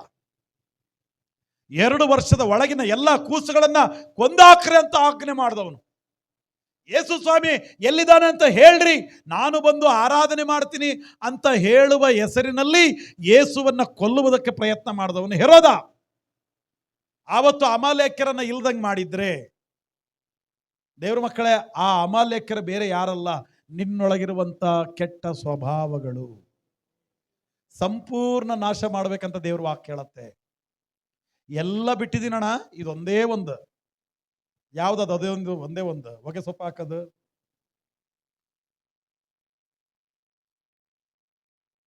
ಬಾಯಿಗೆ ಹಾಕೊಳ್ಳೋದು, ಎಲ್ಲ ಬಿಟ್ಟನಂತ. ಇದೊಂದೇ ಒಂದಂತ. ನಾನು ಹೇಳ್ತೀನಿ ದೇವ್ರ ಮಕ್ಕಳೇ, ಒಬ್ಬ ಮನುಷ್ಯ ಒಂದು ಸಣ್ಣದು ಮೀನ್ ಸಾಕಿದ್ನಂತ್ರಿ. ಅದು ಇದೇನು ಇದು ಇಡ್ತೀವಲ್ಲ, ಏನದು ಗಾಜಿಂದು ಫಿಶ್ ಟ್ಯಾಂಕ್ ಅಲ್ಲ, ಗಾಜಿಂದು ಪಾಟ್ ಇಡ್ತೀವಲ್ಲ, ಸಣ್ಣದು ಪಾಟ್ ಗಾಜಿಂದು, ಅದ್ರೊಳಗಡೆ ಸಾಕ್ತಿದ್ದ. ಅದು ಬೆಳೆದು ಬೆಳೆದು ಬೆಳೆದು ದೊಡ್ಡದಾಯ್ತು. ಪಾಟ್ ಸಾಕಾಗಲಿಲ್ಲ. ಆವಾಗ ಫಿಶ್ ಟ್ಯಾಂಕ್ ತಗೊಂಬಂದು ಹಾಕಿದ. ಅದು ಬೆಳೆದು ಬೆಳೆದು ಬೆಳೆದು ದೊಡ್ಡದಾಯ್ತಂತ. Fish tank ಸಾಕಾಗಲಿಲ್ಲ. ಅವ್ರ ಮನೆ ಹಿತ್ಲ ಕಡೆದು ತೊಟ್ಟಿಲ್ಲ ಹಾಕಿದ ಆ ಮೀನ್ನ. ಬೆಳೆದು ಬೆಳೆದು ಬೆಳೆದು ಇನ್ನೂ ದೊಡ್ಡದಾಯ್ತಂತದು. ಎಷ್ಟು ದೊಡ್ಡದಾಯ್ತಂದ್ರೆ ಅವನು ಊಟ ಹಾಕಕ್ಕೆ ಹೋದಾಗ ಅವನನ್ನೇ ನುಂಗ್ಬಿಡ್ತಂತದು. ಆಮೇಲೆ ಗೊತ್ತಾಯ್ತಂತ ಇದು ತಿಮಿಗಿಲ್ಲ ಅಂತ. ನಾ ಹೇಳೋದು ಗೊತ್ತಾಯ್ತಾ? ಅದೇ ಸಣ್ಣ ಮೀನಿದ್ದಾಗ ನಾ ಹೇಳೋದು ಗೊತ್ತಾಗ್ತಿದೀಯಾ? ನಿನ್ನ ಸಣ್ಣ ಸ್ವಭಾವಗಳು, ನಿನ್ನ ಕೆಟ್ಟ ಸ್ವಭಾವಗಳು, ನಿನಗೆ ಬೇಡದೇ ಇರತಕ್ಕಂಥ ಕಾರ್ಯಗಳು ಒಂದ್ ದಿವಸ ಅದೇ ನಿನ್ನ ನುಂಗಾಕತ್ತೆ. ಎಚ್ಚರ ಇರಲಿ. ಅದಕ್ಕೆ ದೇವ್ರ ವಾಕ್ಯ ಹೇಳುತ್ತೆ, ಸಂಪೂರ್ಣ ನಾಶ ಮಾಡು, ಸಂಪೂರ್ಣ ತ್ಯಜಿಸಿ ಬಿಡು. ನಾನು ಹೇಳ ದೇವ್ರ ಮಕ್ಕಳೇ, ಸರ್ವ ರೋಗ ನಿವಾರಣಾರ್ಥ ಯಾವುದಪ್ಪ ಅಂದ್ರೆ ಯೇಸು ಕ್ರಿಸ್ತನ ರಕ್ತ ರೀ. ಹಲ್ಲೆಲೂಯಾ. ಸರ್ವ ರೋಗಕ್ಕೂ ಮದ್ದು ಮದ್ದು ಯಾವುದು ಅಂದರೆ, ನಾನು ನಿಮಗೆ ಹೇಳ್ತೀನಿ ಇವತ್ತು, ಯೇಸು ಕ್ರಿಸ್ತನ ರಕ್ತದಿಂದಲೇ ಗುಣವಾದವು, ಯೇಸು ಕ್ರಿಸ್ತನ ರಕ್ತದಿಂದಲೇ ಸೌಖ್ಯವಾದವು, ಯೇಸು ಕ್ರಿಸ್ತನ ರಕ್ತದಿಂದಲೇ ತೊಳೆಯಲ್ಪಟ್ಟು ನಾವು ಶುದ್ಧರಾದ್ವಿ. ಭೂ ಸಂಬಂಧವಾದ ಕಾರ್ಯಗಳಿದೆಯಾ? ಇವತ್ತು ನಾನು ಹೇಳ್ತಾ ಇದ್ದೀನಿ, ಸರ್ವ ರೋಗ ನಿವಾರಣಾರ್ಥವಾಗಿರುವಂಥ ಯೇಸು ಕ್ರಿಸ್ತನ ರಕ್ತದಿಂದ ನೀನು ತೊಳೆಯಲ್ಪಡು. ನಿನ್ನ ಆತ್ಮದ ರೋಗವನ್ನ, ನಿನ್ನ ಶರೀರದ ರೋಗವನ್ನ ತೊಳೆಯುವುದಕ್ಕೆ ದೇವರು ಶಕ್ತನಾಗಿದ್ದಾನೆ. ಹಲ್ಲೆಲೂಯ. ಭೂ ಸಂಬಂಧವಾದ ಕಾರ್ಯಗಳಿಂದ ದೂರ ಆಗು. ಮೂರನೇ ಕಾರ್ಯಗಳನ್ನ ನಾನು ಹೇಳಿ ನಿಲ್ಲಿಸ್ತೀನಿ. ಮತ್ತೆ ಏನು ತಿನ್ಬೇಡ ಅಂತ ಹೇಳಿದ್ರು? ಇವಾಗ ನೀವು ಅವಾಗಲೇ ಹೇಳಿದ್ರಲ್ಲ, ಹಾವು ಅಂತ. ಹೊಟ್ಟೆಯ ಮೇಲೆ ಹರಿಯುವಂತ ಜೀವಿಗಳನ್ನ ತಿನ್ನಬಾರ್ದು. ಹೊಟ್ಟೆಯ ಮೇಲೆ ಹರಿಯುವ ಜೀವಿಗಳಂದ್ರೆ ಯಾವು? ಹಾವುಗಳು. ಹಾವು ಏನು ಹೋಲಿಕೆ ಆಗಿದೆ ಬೈಬಲಲ್ಲಿ? ಸೈತಾನ. ಹಾವು ಯಾವುದು ಹೋಲಿಕೆ ಆಗಿದೆ? ಸೈತಾನ. ಹಾಗಿದ್ರೆ ಮೂರನೇ ಮಾತು ಏನು ಹೇಳುತ್ತೆ ಅಂದ್ರೆ, ನೀನು ಕರ್ತನ ಭೋಜನದಲ್ಲಿ ಪಾಲುದಾರನಾಗುವಾಗ ನೀನು ಮಾಡಬೇಕಾದದ್ದು, ನೀನು ಏನು ಮಾಡಬೇಕು? ಮೊದಲನೇದು ನಾನು ಹೇಳಿದ್ದು, ಎಲ್ಲ ಪಾಪಗಳನ್ನು ಸಂಪೂರ್ಣ ತೊಳಿಬೇಕು. ಎಲ್ಲ ಪಾಪಗಳು ನಿನ್ನೊಳಗಡೆ ನಾಶ ಆಗಬೇಕು. ಯಾವ ಪಾಪಗಳು ಬೇಡ. ಲೋಕ ಸಂಬಂಧವಾಗಿಯೂ ಮತ್ತು ಆತ್ಮ ಸಂಬಂಧವಾಗಿಯೂ ಎರಡು ಥರ ಜೀವನ ಮಾಡಬೇಡ. ಕರ್ತನ ಭೋಜನದಲ್ಲಿ ಪಾಲುದಾರನಾಗಬೇಕಾದ ನೀನು, ಒಂದು, ಭೂ ಸಂಬಂಧವಾದ ಆಕರ್ಷಣೆಗೆ ಒಳಗಾಗಬೇಡ. ಎರಡನೇದು, ಲೌಕಿಕವಾಗಿಯೂ ಮತ್ತು ಆತ್ಮಿಕವಾಗಿಯೂ ಜೀವಿಸುವ ಪ್ರಯತ್ನ ಮಾಡಬೇಡ. ಅಲ್ಲಿ ಪಾಪ ಮಾಡಿ ಇಲ್ಲ ಅಲ್ಲೇ ಹೇಳ್ಬೇಡ. ಮೂರನೇ ಸಂಗತಿ ನಾನು ಹೇಳ್ತಾ ಇದ್ದೀನಿ, ಕರ್ತನ ಭೋಜನದಲ್ಲಿ ಪಾಲುದಾರನಾಗಬೇಕಾದ ನೀನು ಸೈತಾನನ ಸ್ವಭಾವಗಳನ್ನ ಹೊಂದಬಾರದು. ಸೈತಾನನ ಸ್ವಭಾವಗಳು ನಿನ್ನಲ್ಲಿ ಇರಬಾರದು. ಏನು ಸೈತಾನನ ಸ್ವಭಾವಗಳು? ಸೈತಾನನಿಗಿರುವಂತ ಸ್ವಭಾವ ಏನು ಗೊತ್ತಾ? ನನ್ನ ಸಿಂಹಾಸನ, ನಾನು ದೇವರಿಗಿಂತ ಎತ್ತರ ಇರಬೇಕು, ದೇವರಿಗಿಂತ ದೊಡ್ಡವನಾಗಬೇಕು. ದೇವರ ಸಿಂಹಾಸನದಲ್ಲಿದ್ರೆ ಇವನು ಆರಾಧನೆ ಮಾಡ್ತಾ ಇದ್ದಂತೆ, ಆರಾಧನೆಯ ದೂತ ಇವನು. ದೇವರು ಸಿಂಹಾಸನದ ಮೇಲೆ ಕೂತಿದ್ರು. ಇವನು ಒಳಗಡೆ ಒಂದು ಕೆಟ್ಟ ಆಲೋಚನೆ ಬಂತಂತೆ, ನಾನು ದೇವರಿಗಿಂತ ಸ್ವಲ್ಪ ಕಡಿಮೆ ಇದ್ದೀನಿ ಅಷ್ಟೇ, ನಾನೇನು ದೇವರಿಗಿಂತ ಕಮ್ಮಿ ಅಲ್ಲ, ನಾನೊಂದು ಸ್ವಲ್ಪ ಪ್ರಯತ್ನ ಮಾಡಿದ್ರೆ ದೇವ್ರದ್ದು ಸೀಟ್ ಆರಾಮಾಗಿ ಪಡಿಬೋದು ನಾನು ಅನ್ಕೊಂಡಂತೆ. ದೇವರು ಅವನನ್ನು ಅಲ್ಲಿಂದ ತಳ್ಳಿದರು. ಅಲ್ಲಿಂದ ತಳ್ಳಿದ್ದೆ ಸೀದಾ ಬಂದು ಭೂಮಿ ಮೇಲೆ ಬಿದ್ದ. ಇವಾಗ ಏನ್ ಮಾಡ್ದ? ಭೂಮಿಯ ಮೇಲೆ ಇರುವಂತ ಮನುಷ್ಯರ ಹೃದಯಗಳನ್ನ ಆಕ್ರಮಣ ಮಾಡ್ದ. ಇವಾಗ ಅಲ್ಲಿ ಹಾಕಬೇಕಾದ ಸೀಟು ಮನುಷ್ಯರ ಹೃದಯದಲ್ಲಿ ಹಾಕಿದ. ಅಲ್ಲಿರಬೇಕಾದ ಸಿಂಹಾಸನ, ಸೈತಾನನ ಸಿಂಹಾಸನ ಮನುಷ್ಯರ ಹೃದಯದಲ್ಲಿಟ್ಟರಿ. ಯಾರು ನೋಡು, ಎಲ್ಲಿದೆ ರೀ ಒಳ್ಳೇದು? ಪ್ರಪಂಚದಲ್ಲಿ ಎಲ್ಲಿದೆ ಒಳ್ಳೇದು? ಹುಡುಕ್ ನೋಡ್ರಿ, ಎಲ್ಲಿದೆ ಒಳ್ಳೇದು? ಒಂದು ದಿನದಲ್ಲಿತ್ತು ಒಬ್ಬ ಮನುಷ್ಯ ಇನ್ನೊಬ್ಬ ಮನುಷ್ಯನಿಗೆ ಒಳ್ಳೆ ರೀತಿಯಲ್ಲಿ ಮಾತಾಡುವ ದಿನಗಳು. ಎಲ್ಲಿದೆ ಇವತ್ತು ಒಳ್ಳೆ ದಿನಗಳು? ಒಳ್ಳೆ ಮಾತುಗಳೆಲ್ಲಿದೆ? ಒಳ್ಳೆಯ ಕಾರ್ಯಗಳೆಲ್ಲಿದೆ? ಒಳ್ಳೆಯ ಆಲೋಚನೆಗಳೆಲ್ಲಿದೆ? ಇಡೀ ಲೋಕದಲ್ಲಿ ಭಯಂಕರವಾದ ಪಾಪಗಳೇ ತುಂಬಿದೆ ರೀ. ಕಾರಣ ಏನಂದ್ರೆ, ಸೈತಾನನು ತನ್ನ ಸಿಂಹಾಸನವನ್ನು ಏರ್ಪಾಟು ಮಾಡಿದ, ಮನುಷ್ಯರ ಮನಸ್ಸನ್ನು ಮಂಕ್ ಮಾಡಿದಾನೆ. ಇವತ್ತು ನೋಡ್ರಿ, ಮೊದಲಿದ್ದ ಭಕ್ತಿ ಸಭೆಗಳಲ್ಲಿಲ್ಲ. ಯಾಕಿಲ್ಲ? ಮನುಷ್ಯರ ಮನಸ್ಸನ್ನ ಸೈತಾನನ ಮಂಕ್ ಮಾಡ್ತಿದ್ದಾನೆ. ದೇವರ ಸಿಂಹಾಸನವನ್ನು ತೆಗೆದು ಆತನ ಸಿಂಹಾಸನ ಇಡ್ತಾ ಇದ್ದಾನೆ. ನಮಗೆ ಗೊತ್ತಾಗ್ತಾ ಇಲ್ಲ ರೀ. ಬಹಳ ಜನ ಕ್ರೈಸ್ತರು ಡ್ಯಾನ್ಸ್ಗಳಿಗೆ, ನಾನು ಹೋದವಾರ ಹೇಳಿದ್ನಲ್ಲ, ಡ್ಯಾನ್ಸ್ಗಳಿಗೆ, ಸೌಂಡ್ ಬಾಕ್ಸ್ ಸಿಸ್ಟಮ್ಗಳಿಗೆ, ಕ್ರಮಗಳಿಗೆ ಒಳಗಾಗಿದ್ದಾರೆ. ವಾಕ್ಯ ಎಲ್ಲಿದೆ? ಹಾಡಿದೆ, ಸೌಂಡ್ ಬಾಕ್ಸ್ ಇಂದು ಶಬ್ದಗಳಿದೆ, ಡ್ಯಾನ್ಸ್ಗಳಿದೆ, ಮನೋರಂಜನೆ ಇದೆ, ಊಟ ಇದೆ, ಎಲ್ಲದೂ ಇದೆ. ವಾಕ್ಯ ಎಲ್ಲಿದೆ? ಬಹಳ ಸಭೆಗಳಲ್ಲಿ ವಾಕ್ಯ ಇಲ್ಲ ರೀ. ವಾಕ್ಯ ತೆಗೆದ್ರೆ ಏನ್ ಹೇಳ್ತಾರೆ ಗೊತ್ತಾ? ಬರೇ ಬೈಬಲ್ ಅಲ್ಲಿರೋ ಕಥೆಗಳು ಹೇಳ್ತಾರೆ. ಅವನಿಗೆ ಗುಣ ಮಾಡಿದ್ರು, ಇವನಿಗೆ ಗುಣ ಮಾಡಿದ್ರು, ಇವನಿಗೆ ಗುಣ ಮಾಡಿದ್ರು, ಇಲ್ಲ ಅದ್ಭುತ ಆಯ್ತು, ಅಲ್ಲ ಅದ್ಭುತ ಆಯ್ತು ಅಂತ ಕ್ರೈಸ್ತರಿಗೆ ಅದ್ಭುತಗಳನ್ನ ರೂಢಿ ಮಾಡಿದವು ಸೇವಕರುಗಳೇ. ಬಹಳ ಜನ ಪಾಸ್ಟರ್ಗಳು ಮಾಡ್ತಾ ಇರೋ ತಪ್ಪಾದ ಕೆಲಸ ಏನು ಗೊತ್ತಾ? ಕ್ರೈಸ್ತರಿಗೆ ಅದ್ಭುತಗಳನ್ನ ಅಭ್ಯಾಸ ಮಾಡ್ತಾ ಇದ್ದಾರೆ, ಸ್ವಸ್ಥತೆಯನ್ನ ಅಭ್ಯಾಸ ಮಾಡ್ತಾ ಇದ್ದಾರೆ. ಅದಕ್ಕೆ ಕ್ರೈಸ್ತನ ಏನ್ ಮಾಡ್ತಿದ್ದಾನೆ? ಸ್ವಸ್ಥತೆ ಆಗಲಿಲ್ಲ, ದೇವ್ರನ್ನ ಬಿಡ್ತಾನೆ. ಅದ್ಭುತ ಆಗಲಿಲ್ಲ, ದೇವ್ರನ್ನ ಬಿಡ್ತಾನೆ. ರೂಢಿ ಮಾಡಿದವನು ಯಾರು? ನಾನು ಅದಕ್ಕೆ ಹೇಳ್ತೀನಿ ರೀ, ನಮ್ಮ ಸಭೆಗಳಲ್ಲಿ ಅದ್ಭುತಗಳ ಸಂದೇಶಕ್ಕಿಂತಲೂ ನಾನು ಹೆಂಗ್ ಸರಿಯಾಗಬೇಕು, ನಾನು ದೇವ್ರ ಮಾರ್ಗದಲ್ಲಿ ಹೆಂಗೆ ನಡಿಬೇಕು, ನಾನು ಹೆಂಗೆ ಜೀವಿಸ್ಬೇಕು, ನಾನು ಎಷ್ಟು ಪರಿಶುದ್ಧನಾಗಬೇಕು, ದೇವರ ಸನ್ನಿಧಾನದಲ್ಲಿ ಹೋದಾಗ ನನಗೇನು ಆಶೀರ್ವಾದ, ನನ್ನ ಆತ್ಮಕ್ಕೆ ಬೇಕಾದದ್ದೇನು, ಆತ್ಮಿಕವಾದ ಫಲ ಏನು, ಆತ್ಮಿಕವಾದ ವರ ಏನು, ಹೆಂಗೆ ಬದುಕಬೇಕು ಅನ್ನುವ ಉಪದೇಶ ಇಲ್ಲಿರುತ್ತೆ ಹೊರತು ಸ್ವಸ್ಥತೆಯ ಅದ್ಭುತಗಳ ಉಪದೇಶ ಇಲ್ಲಿರಲ್ಲ ರೀ. ಇದೀರಾ? ಹಂಗಿದ್ರೆ ಅದ್ಭುತ ಮಾಡಲ್ಲೇನ್ರಿ? ದೇವ್ರ ಟೈಮ್ ಬಂದಾಗ ಮಾಡ್ತಾನ್ರಿ, ಯಾಕೆ ಮಾಡಲ್ಲ? ಮುಳ್ಳುಗಳ ಹಾದಿಯಲ್ಲಿ ಹೋಗ್ತಾ ಇರುವಂತ ನಿನ್ನನ್ನ ಹೈವೇಲ್ ನಿಲ್ಲಿಸಿದವನ್ ದೇವ್ರೇ. ಹಲ್ಲೆಲೂಯ. ದೇವರೇ ನಿಲ್ಸಿದ್ದು. ನಾನು ಹೇಳಿದ್ದಕ್ಕೆಲ್ಲ ನಿಲ್ಸಿದ್ದು, ನಾನು ಉಪದೇಶ ಮಾಡಿದ್ದಕ್ಕೆಲ್ಲ ತಪ್ಪಿಸಿದ್ದು. ನೀನು ಇಕ್ಕಟ್ಟಾದ ಹಾದಿಯಲ್ಲಿ ಹೋಗ್ತಾ ಇರೋದು ನನಗಿಂತ ಮುಂಚಿತವಾಗಿ ದೇವರಿಗೆ ಗೊತ್ತು ನೀನು ಯಾವ ಸ್ಥಿತಿಯಲ್ಲಿ ಇದೆಯಾ ಅಂತ, ಯಾವ ಕಷ್ಟ ಸಂಕಟ ರೋಗ ನೋವುಗಳನ್ನು ಅನುಭವಿಸ್ತಾ ಇದೆಯಾ ಅಂತ ದೇವರಿಗೆ ಗೊತ್ತು. ದೇವರೆಲ್ಲವನ್ನ ಬಿಡುಗಡೆ ಮಾಡ್ಲಿಕ್ಕೆ ನನ್ನ ದೇವರು ಶಕ್ತನಾಗಿದ್ದಾನ್ರಿ. ಯಾಕಂದ್ರೆ ಇಲ್ಲಿರುವ ನಮ್ಮೆಲ್ಲರಿಗಿಂತ, ನನ್ನನ್ನೊಳಗೊಂಡು ನಮ್ಮೆಲ್ಲರಿಗಿಂತ ಒಳ್ಳೆಯವನು ನನ್ನ ದೇವರು. ಇದಕ್ಕೆ ಚಪ್ಪಾಳೆ ತಟ್ಟೋಣ. ಹಲ್ಲೆಲೂಯ. ನಮ್ಮೆಲ್ಲರಿಗಿಂತ ಒಳ್ಳೆಯವನು ನನ್ನ ದೇವರು ರೀ. ನಾನು ಹೇಳ್ತೀನಿ ದೇವ್ರ ಮಕ್ಕಳೇ, ಅದ್ಭುತವನ್ನ ನಿರೀಕ್ಷೆ ಮಾಡಬೇಡ, ಮಹಿಮೆಯನ್ನ ನಿರೀಕ್ಷೆ ಮಾಡಬೇಡ. ನಾನು ಹೇಳ್ತಿದ್ದೀನಿ ನಿನಗೆ, ದೇವರು ತನ್ನ ಸಮಯ ಬಂದಾಗ ನಿನಗೆ ಬೇಕಾದಂತ ಅದ್ಭುತ ಮಹಿಮೆಗಳನ್ನ ನೀನು ಕೇಳಿದರೂ ಕೇಳದಿದ್ರೂ ದೇವರು ಮಾಡ್ತಾರೆ. ನೀನು ಯಾವ ಕಡೆ ಗಮನಿಸಬೇಕು? ಅದ್ಭುತಗಳ ಕಡೆ ಅಲ್ಲ ಗಮನಿಸೋದು, ನೀನು ಮಹಿಮೆಗಳ ಕಡೆ ಗಮನಿಸಬೇಡ, ಅಭಿವೃದ್ಧಿ ಕಡೆಗೆ ಗಮನಿಸಬೇಡ. ನೀನು ಗಮನಿಸಬೇಕಾದ್ದು ದೇವರ ದಾರಿಯಲ್ಲಿ ನಾನು ಹೆಂಗ್ ಬದುಕಲಿ, ದೇವರಿಗಾಗಿ ನಾನು ಹೆಂಗ್ ಜೀವಿಸ್ಲಿ, ಇನ್ನೂ ಎಷ್ಟು ಪರಿಶುದ್ಧನಾಗಲಿ, ನನ್ನ ಆತ್ಮವನ್ನು ಇನ್ನೂ ಹೆಂಗ್ ತೊಳ್ಕೊಳ್ಳಿ, ನಾನು ಇನ್ನೂ ಹೆಂಗೆ ಸರಿಯಾಗಲಿ ಅಂತ ನಿನ್ನನ್ನು ಆ ಆಲೋಚನೆಯಲ್ಲಿ ಆಲೋಚನೆ ಮಾಡಿ ದೇವ್ರ ಮಾರ್ಗದಲ್ಲಿ ಹೋಗು. ಬೇಕಾದ ಅದ್ಭುತವನ್ನು ದೇವರು ಮಾಡ್ತಾರೆ. ಇದೀರಾ? ಹಲ್ಲೆಲೂಯ. ಈಗೆಲ್ಲ ಅವೇ ಆಗಿದವ್ರಿ ಮೀಟಿಂಗ್ಗಳು, ಸ್ವಸ್ಥತೆಯ ಕೂಟ, ಬಿಡುಗಡೆಯ ಕೂಟ. ಇನ್ನೊಬ್ರು ಯಾರೋ ದೆವ್ವಗಳನ್ನ ಬಿಡಿಸುವಂಥದ್ದು ಹೇಗೆ, ಅದಕ್ಕೊಂದು ಟ್ರೈನಿಂಗ್. ದೆವ್ವಗಳನ್ನು ಬಿಡಿಸುವಂಥದ್ದು ಹೇಗೆ, ಅದಕ್ಕೆ ಟ್ರೈನಿಂಗ್ ರೀ. ನೀನು ಹೋಗು, ನೀನು ಭಕ್ತಿವಂತಲ್ಲ, ಪ್ರಾರ್ಥನೆ ಮಾಡೋನಲ್ಲ, ನೀನು ಹೋಗು, ದೆವ್ವಗಳು ನಿನ್ನನ್ನು ನೋಡಿ ಎದುರು ನಡುಗ್ತಾವು. ಟ್ರೈನಿಂಗೇ ಬೇಡ್ರಿ ಅದಕ್ಕೆ. ಇದೀರಾ? ನಿನಗೆ ಟ್ರೈನಿಂಗ್ ಬೇಕಾಗಿಲ್ಲ ಅದಕ್ಕೆ. ನೀನು ಪ್ರಾರ್ಥನಾ ಪರನಾಗಿದ್ರೆ ನಿನ್ನನ್ನು ನೋಡಿ ಹೆದರಿ ನಡುಗ್ತಾವೆ ದೆವ್ವಗಳು. ಸ್ವಸ್ಥತೆ ಮಾಡಕ್ಕೆ, ಪ್ರಾರ್ಥನೆ ಮಾಡ್ಲಿಕ್ಕೆ, ಅಪ್ಪ ದೇವರೇ ಈ ಮಗ ಎಷ್ಟೋ ಕಷ್ಟ ಅನುಭವಿಸ್ತಾ ಇದ್ದಾನೆ, ಎಷ್ಟೋ ರೋಗದಲ್ಲಿದ್ದಾನೆ, ದಯಮಾಡಿ ಸಹಾಯ ಮಾಡಪ್ಪ, ಇವನಿಗೆ ಗುಣ ಮಾಡಪ್ಪ ಅಂತ ಹೇಳಕ್ಕೆ ಟ್ರೈನಿಂಗ್ ಬೇಕಾಗಿಲ್ಲ. ಸ್ವಸ್ಥತೆ ಮಾಡುವುದು ಹೇಗೆ ತರಬೇತಿ, ಗುಣಪಡಿಸುವುದು ಹೇಗೆ ತರಬೇತಿ, ದೆವ್ವಗಳನ್ನ ಓಡಿಸುವುದು ಹೇಗೆ ತರಬೇತಿ, ಮಾಟ ಮಂತ್ರದ ಶಕ್ತಿಗಳನ್ನ ಮುರಿಯುವುದು ಹೇಗೆ ತರಬೇತಿ. ಇದೀರಾ? ಅದಕ್ಕೆಲ್ಲ ಟ್ರೈನಿಂಗ್ ಬೇಕಾಗಿರೋದು.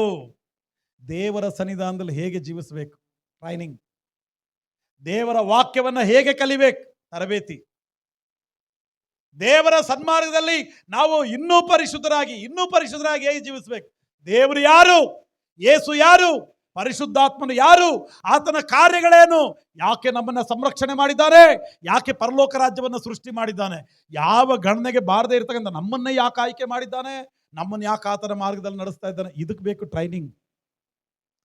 ಇದನ್ನ ತಿಳ್ಕೊಳಕ್ ಬೇಕ್ರಿ ಟ್ರೈನಿಂಗ್ ನಮಗೆ. ಇದೀರಾ? ಹಲ್ಲೆಲೂಯ. ಬಹಳ ಜನರು ಬರೇ ಸ್ವಸ್ಥತೆ ಸ್ವಸ್ಥತೆ ಸ್ವಸ್ಥತೆ. ದೇವ್ರ ಮಕ್ಕಳೇ, ಸ್ವಸ್ಥತೆಯನ್ನ ದೇವರು ಮಾಡ್ತಾರೆ. ನಾನು ನೀನು ಮಾಡಬೇಕಾದ ಕೆಲಸ ಏನು ಗೊತ್ತಾ? ದೇವರಿಗೆ ಪರಿಶುದ್ಧರಾಗಿ ನಡ್ಕೋಬೇಕು, ಸಾಕು. ಹಲ್ಲೆಲೂಯ. ನಾನು ನಿಮಗೆ ಅರ್ಥ ಆಗೋ ಭಾಷೆಯಲ್ಲಿ ಹೇಳ್ತೀನಿ. ಮಕ್ಕಳಿಗೆ ಏನ್ ಬೇಕಂತ ನಿನಗೆ ಗೊತ್ತಿಲ್ವಾ? 1ನೇ ಕ್ಲಾಸಿಗೆ ಸೇರಿಸ್ಬೇಕು. ಈಗ ಹುಡುಗನಿಗೆ ಏನೇನ್ ಬೇಕು ಹೇಳ್ರಿ, ನೀವು ಹೇಳ್ರಿ.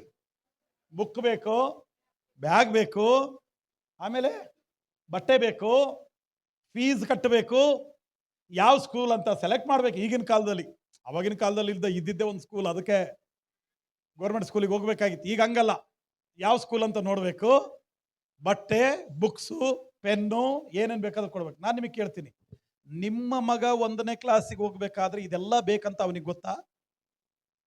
ನೀವು ಹೇಳ್ರಿ, ಅವನಿಗೆ ಗೊತ್ತಾ? ಇಲ್ಲ ರೀ. ಯಾರಿಗೆ ಗೊತ್ತದು? ನಿನಗೆ ಗೊತ್ತಲ್ಲ, ಅಪ್ಪನಿಗೆ ಗೊತ್ತಲ್ಲ. ನಾವು 1ನೇ ಕ್ಲಾಸಿಗೆ ಹೋಗ್ತಾ ಇದೀವ್ರಪ್ಪ, ಬ್ಯಾಗ್ ಬೇಕು, ಚೀಲ ಬೇಕು, ಏನ್ರಿ ಫೀಸ್ ಕಟ್ಟಬೇಕು, ಎಲ್ಲಿ ಸೇರಿಸ್ಬೇಕು, ಹೆಂಗ್ ನಡೆಸ್ಬೇಕು, ನನ್ನ ಮಗನ ಹೆಂಗ್ ಜೀವಿಸ್ಬೇಕು. ಆ 1ನೇ ಕ್ಲಾಸ್ ಹುಡುಗನಿಗೆ ಬೇಕಾಗಿದ್ದೇನು ಗೊತ್ತಾ? ನಾನು ಸ್ಕೂಲಿಗೆ ಹೋಗ್ಬೇಕಷ್ಟೇ. ಬರೀ ಅವ್ನು ಸ್ಕೂಲಿಗೆ ಹೋಗ್ಲಿ, ಬೇಕಾಗಿದ್ದ ಅಪ್ಪ ಅಮ್ಮ ಕೊಡಿಸ್ತಾನೇ ಇರ್ತಾರೆ. ಹಲ್ಲೆಲೂಯಾ. ಸ್ಕೂಲ್ ಮುಗೀತು, ಕಾಲೇಜಿಗೆ ಬರ್ತಾನೆ, ಮತ್ತೂ ಕೊಡಿಸ್ತಾರೆ. ಕಾಲೇಜ್ ಮುಗೀತು, ಮತ್ತೆ ಹೈಯರ್ ಎಜುಕೇಶನ್ಗೆ ಹೋಗ್ತಾರೆ, ಮತ್ತೂ ಕೊಡಿಸ್ತಾರೆ. ಮಕ್ಕಳಿಗೆ ಬೇಕಾಗಿರೋದೇನು? ಸ್ಕೂಲಿಗೆ ಹೋಗ್ಬೇಕಷ್ಟೆ. ನೀನು ಸ್ಕೂಲಿಗೆ ಹೋಗಿ ಕಲಿಯಪ್ಪ, ಅಪ್ಪ ಅಮ್ಮ ಬೇಕಾಗಿದ್ದು ಕೊಡ್ತಾರೆ. ಇದೀರಾ? ನಿಮಗೆ ಹೇಳ್ತಿರೋದು, ನೀವೇನು ಮಾಡಬೇಕು? ಸ್ಕೂಲಿಗೆ ಹೋಗಿ ಕಲಿಬೇಕಷ್ಟೇ. ಬೇಕಾಗಿರೋದು ಯಾರು ಕೊಡ್ತಾರೆ? ಅವರಿಗೂ ಆಗಲಾರದು ಯಾರು ಕೊಡ್ತಾರೆ? Hallelujah, hallelujah. ನಾ ಹೇಳೋದು ಗೊತ್ತಾಗ್ತಿದೆಯಾ? ನಾನು ಅದನ್ನೇ ನಿಮಗೆ ಹೇಳ್ತಾ ಇದ್ದೀನಿ. ನೀವು ಜೀವಿಸ್ರಿ ಸಾಕು, ಆತ್ಮಿಕವಾಗಿ ಜೀವಿಸ್ರಿ ಸಾಕು. ಮಾಡಬೇಕಾದದ್ದು ಮಾಡು, ಮಾಡಬಾರದನ್ನ ಬಿಡು. ಅಪ್ಪ ನಿನಗೆ ಬೇಕಾಗಿರೋದು ಕೊಡ್ತಾರೆ. Hallelujah, hallelujah. ಅದಕ್ಕೊಂದು ಕೂಟ, ಅದಕ್ಕೊಂದು ಏನು ವೈಬ್ರೇಷನ್ ಸೌಂಡು, ಅದಕ್ಕೊಂದು ವೈಬ್ರೇಷನ್ ಸೌಂಡ್ ರೀ. ಮತ್ತೆ ಯಾವುದಕ್ಕೆ? ಸ್ವಸ್ಥತೆ ಕೂಟಕ್ಕೆ ಒಂದು ವೈಬ್ರೇಷನ್ ಸೌಂಡು. ಆಮೇಲೆ ಮತ್ತೇನು? ಅದು ಎಲ್ಲರಿಗೂ ಪಬ್ಲಿಸಿಟಿ ಆಗಬೇಕು. ಇವನು ಎಷ್ಟು ದೊಡ್ಡವನಂತ ಗೊತ್ತಾಗಬೇಕು. ದೇವರ ಮಹಿಮೆಗಲ್ಲ, ಇವನು ಎಷ್ಟು ದೊಡ್ಡವನಂತ ಗೊತ್ತಾಗಬೇಕು. ಅದಕ್ಕೊಂದು ಸಾಕ್ಷಿ. ಇವನು ಸ್ಟೇಜ್ ಮೇಲೆ ಹೇಳಕ್ ಬಂದವನು, ಅವನು ಸುಳ್ಳು, ಅವನು ನಿಜ ಹೇಳಲ್ರಿ. ಇವನು ಕಿವಿ ಕೈ ಇಟ್ಟು ಪ್ರೇಯರ್ ಮಾಡಿರ್ತಾನಲ್ಲ, ಕಿವಿನ ಕೇಳಿರಲ್ಲ ಅವನಿಗೆ. ಇಲ್ಲಿ ಮುಂದೆ ಬಂದು ಹೇಳಂದ್ರೆ ಕಿವಿ ಕೇಳ್ತೈತಂತಾನೆ, ಇವನು ಕಣ್ಣು ಕಾಣ್ತೈತಂತಾನೆ, ನಡಿಯಕ್ ಬರ್ತದಂತಾನೆ. ಯಾಕಂದ್ರೆ ಇಲ್ಲಿ ಅಂದ್ರೆ ಜನರ ಮುಂದೆ ನನಗೆ ಕಿವಿ ಇನ್ನೂ ಕೇಳ್ತಾ ಇಲ್ಲ ಅಂದ್ರೆ ಇವರಿಗೂ ಅವಮಾನ ಆಗುತ್ತೆ, ಅವನಿಗೂ ಅವಮಾನ ಆಗುತ್ತೆ. ಇವರ ಹೆಸರಿಗೋಸ್ಕರ ಬಹಳ ಆಕ್ಟಿಂಗ್ಗಳು ನಡೀತಾವ್ರಿ. ನಾಟಕೀಯವಾದ ಜೀವಿತ. ನಾನು ಹೇಳ್ತೀನಿ ನಿಮಗೆ, ದೇವ್ರ ಮಕ್ಕಳೇ, ಆ ಥರ ಅಲ್ಲ ನಮಗೆ ಬೇಕಾಗಿರೋದು. ಅಪ್ಪ ನಮ್ಮನ್ನು ಸ್ವಸ್ಥತೆ ಮಾಡ್ತಾರೆ, ಅಪ್ಪ ನಿಮಗೆ ಬಿಡುಗಡೆ ಮಾಡ್ತಾರೆ, ಅಪ್ಪ ನಮಗೆ ಬೇಕಾದದ್ದೆಲ್ಲವನ್ನು ಅನುಗ್ರಹ ಮಾಡ್ತಾರೆ. ನೀನು ಜೀವಿಸಬೇಕಾದ್ದು ಆತ್ಮ ಸಂಬಂಧವಾಗಿ ಜೀವಿಸಿದರೆ ಸಾಕು. ಹಲ್ಲೆಲೂಯಾ. ನೀನು ಆತ್ಮ ಸಂಬಂಧವಾಗಿ ಜೀವಿಸಪ್ಪ, ಇನ್ನೇನೂ ಬೇಡ ದೇವರಿಗೆ. ನಿನ್ನಿಂದ ದೇವ್ರು ಏನು ಬಯಸ್ತಾ ಇಲ್ಲ, ನಿನ್ನಿಂದ ಏನು ಎದುರು ನೋಡ್ತಾ ಇಲ್ಲ.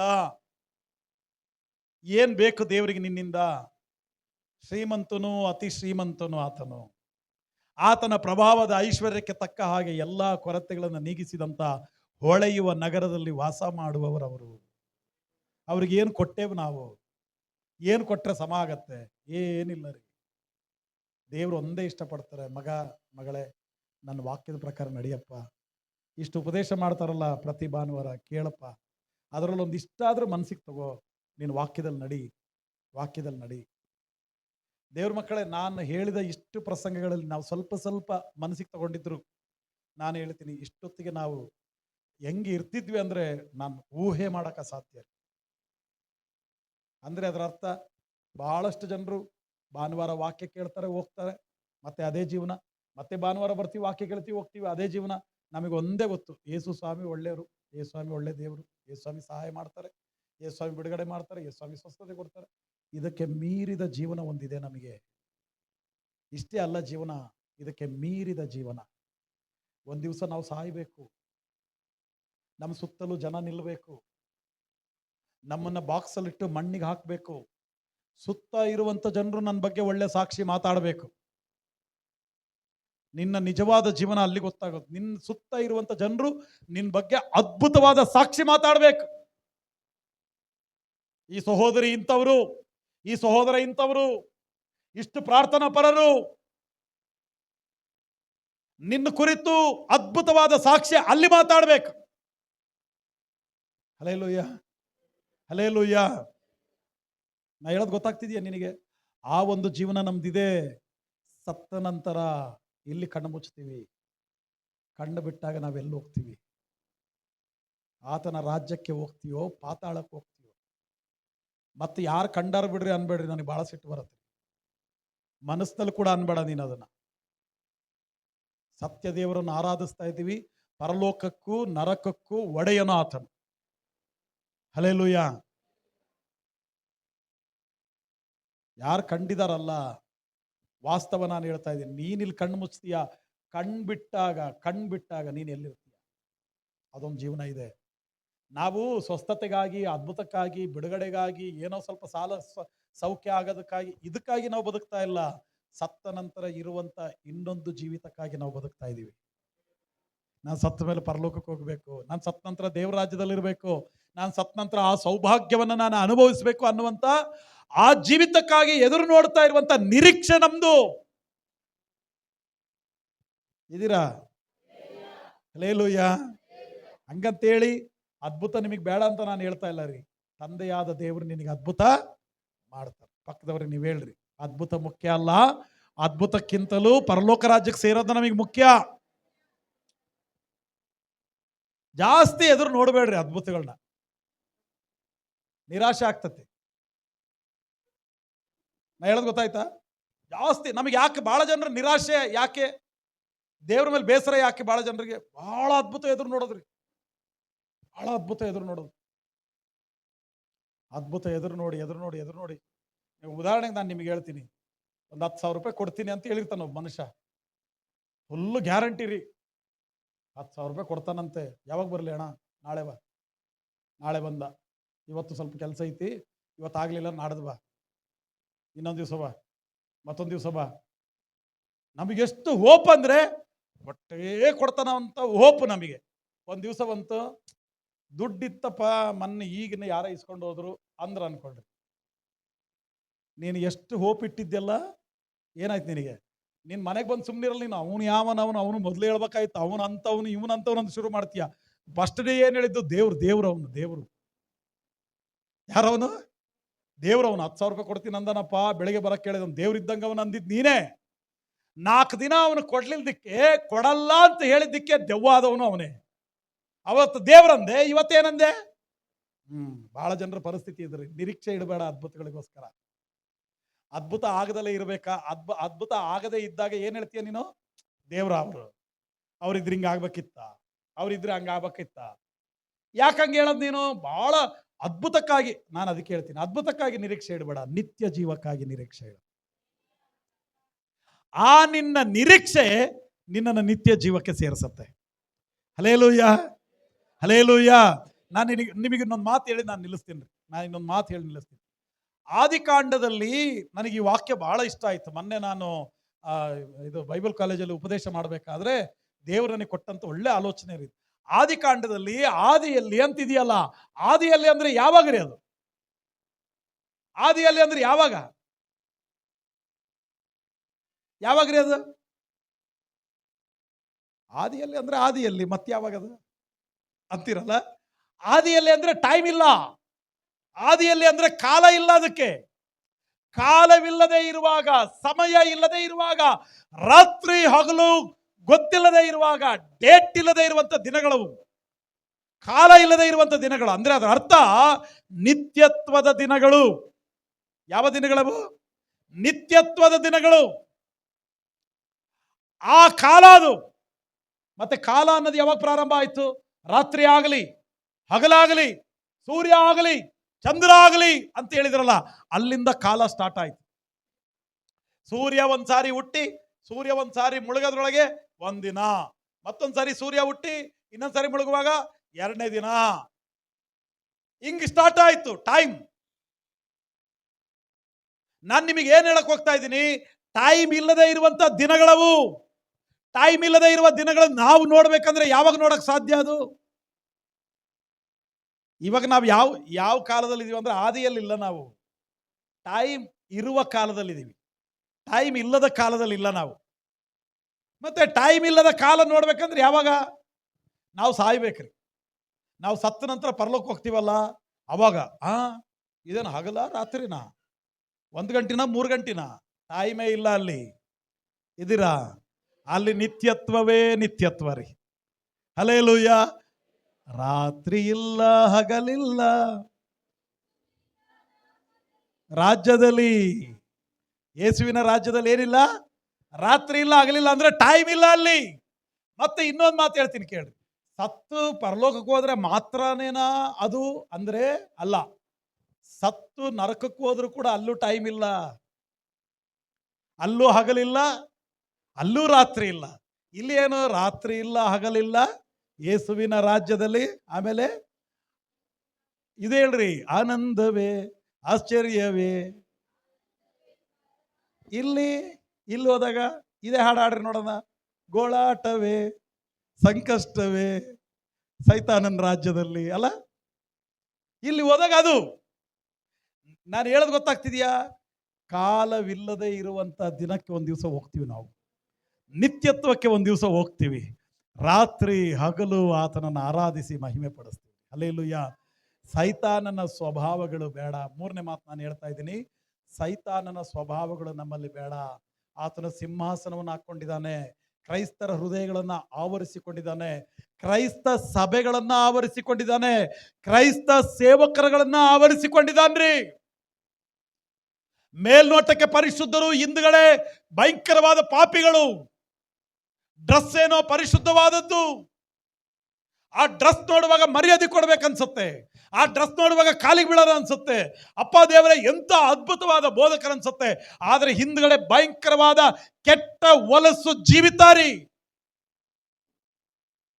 ಅದಕ್ಕೆ ನಾನು ಹೇಳ್ತಿದ್ದೀನಿ ದೇವ್ರ ಮಕ್ಕಳೇ, ಸೈತಾನನ ಸ್ವಭಾವ ಸಿಂಹಾಸನ ಹಾಕೊಂಡ, ಅವನು ಸಿಂಹಾಸನ ಹಾಕೊಂಡ. ನಾನು ಅನ್ನುವಂತ ಅಹಂಭಾವ. ಯಾರಿಗೆ ಯಾರು ಮಾತು ಕೇಳ್ತಾರೆ ನೋಡ್ರಿ, ಇವಾಗ ಯಾರಿಗೆ ಯಾರು ಮಾತು ಕೇಳ್ತಾರ್ರಿ? ಎಲ್ಲಾರು ಅವರಿಗೆ ಅವರೇ ನಾಯಕರು, ಎಲ್ಲರಿಗೂ ಅವರಿಗೆ ಅವರೇ ಲೀಡರ್.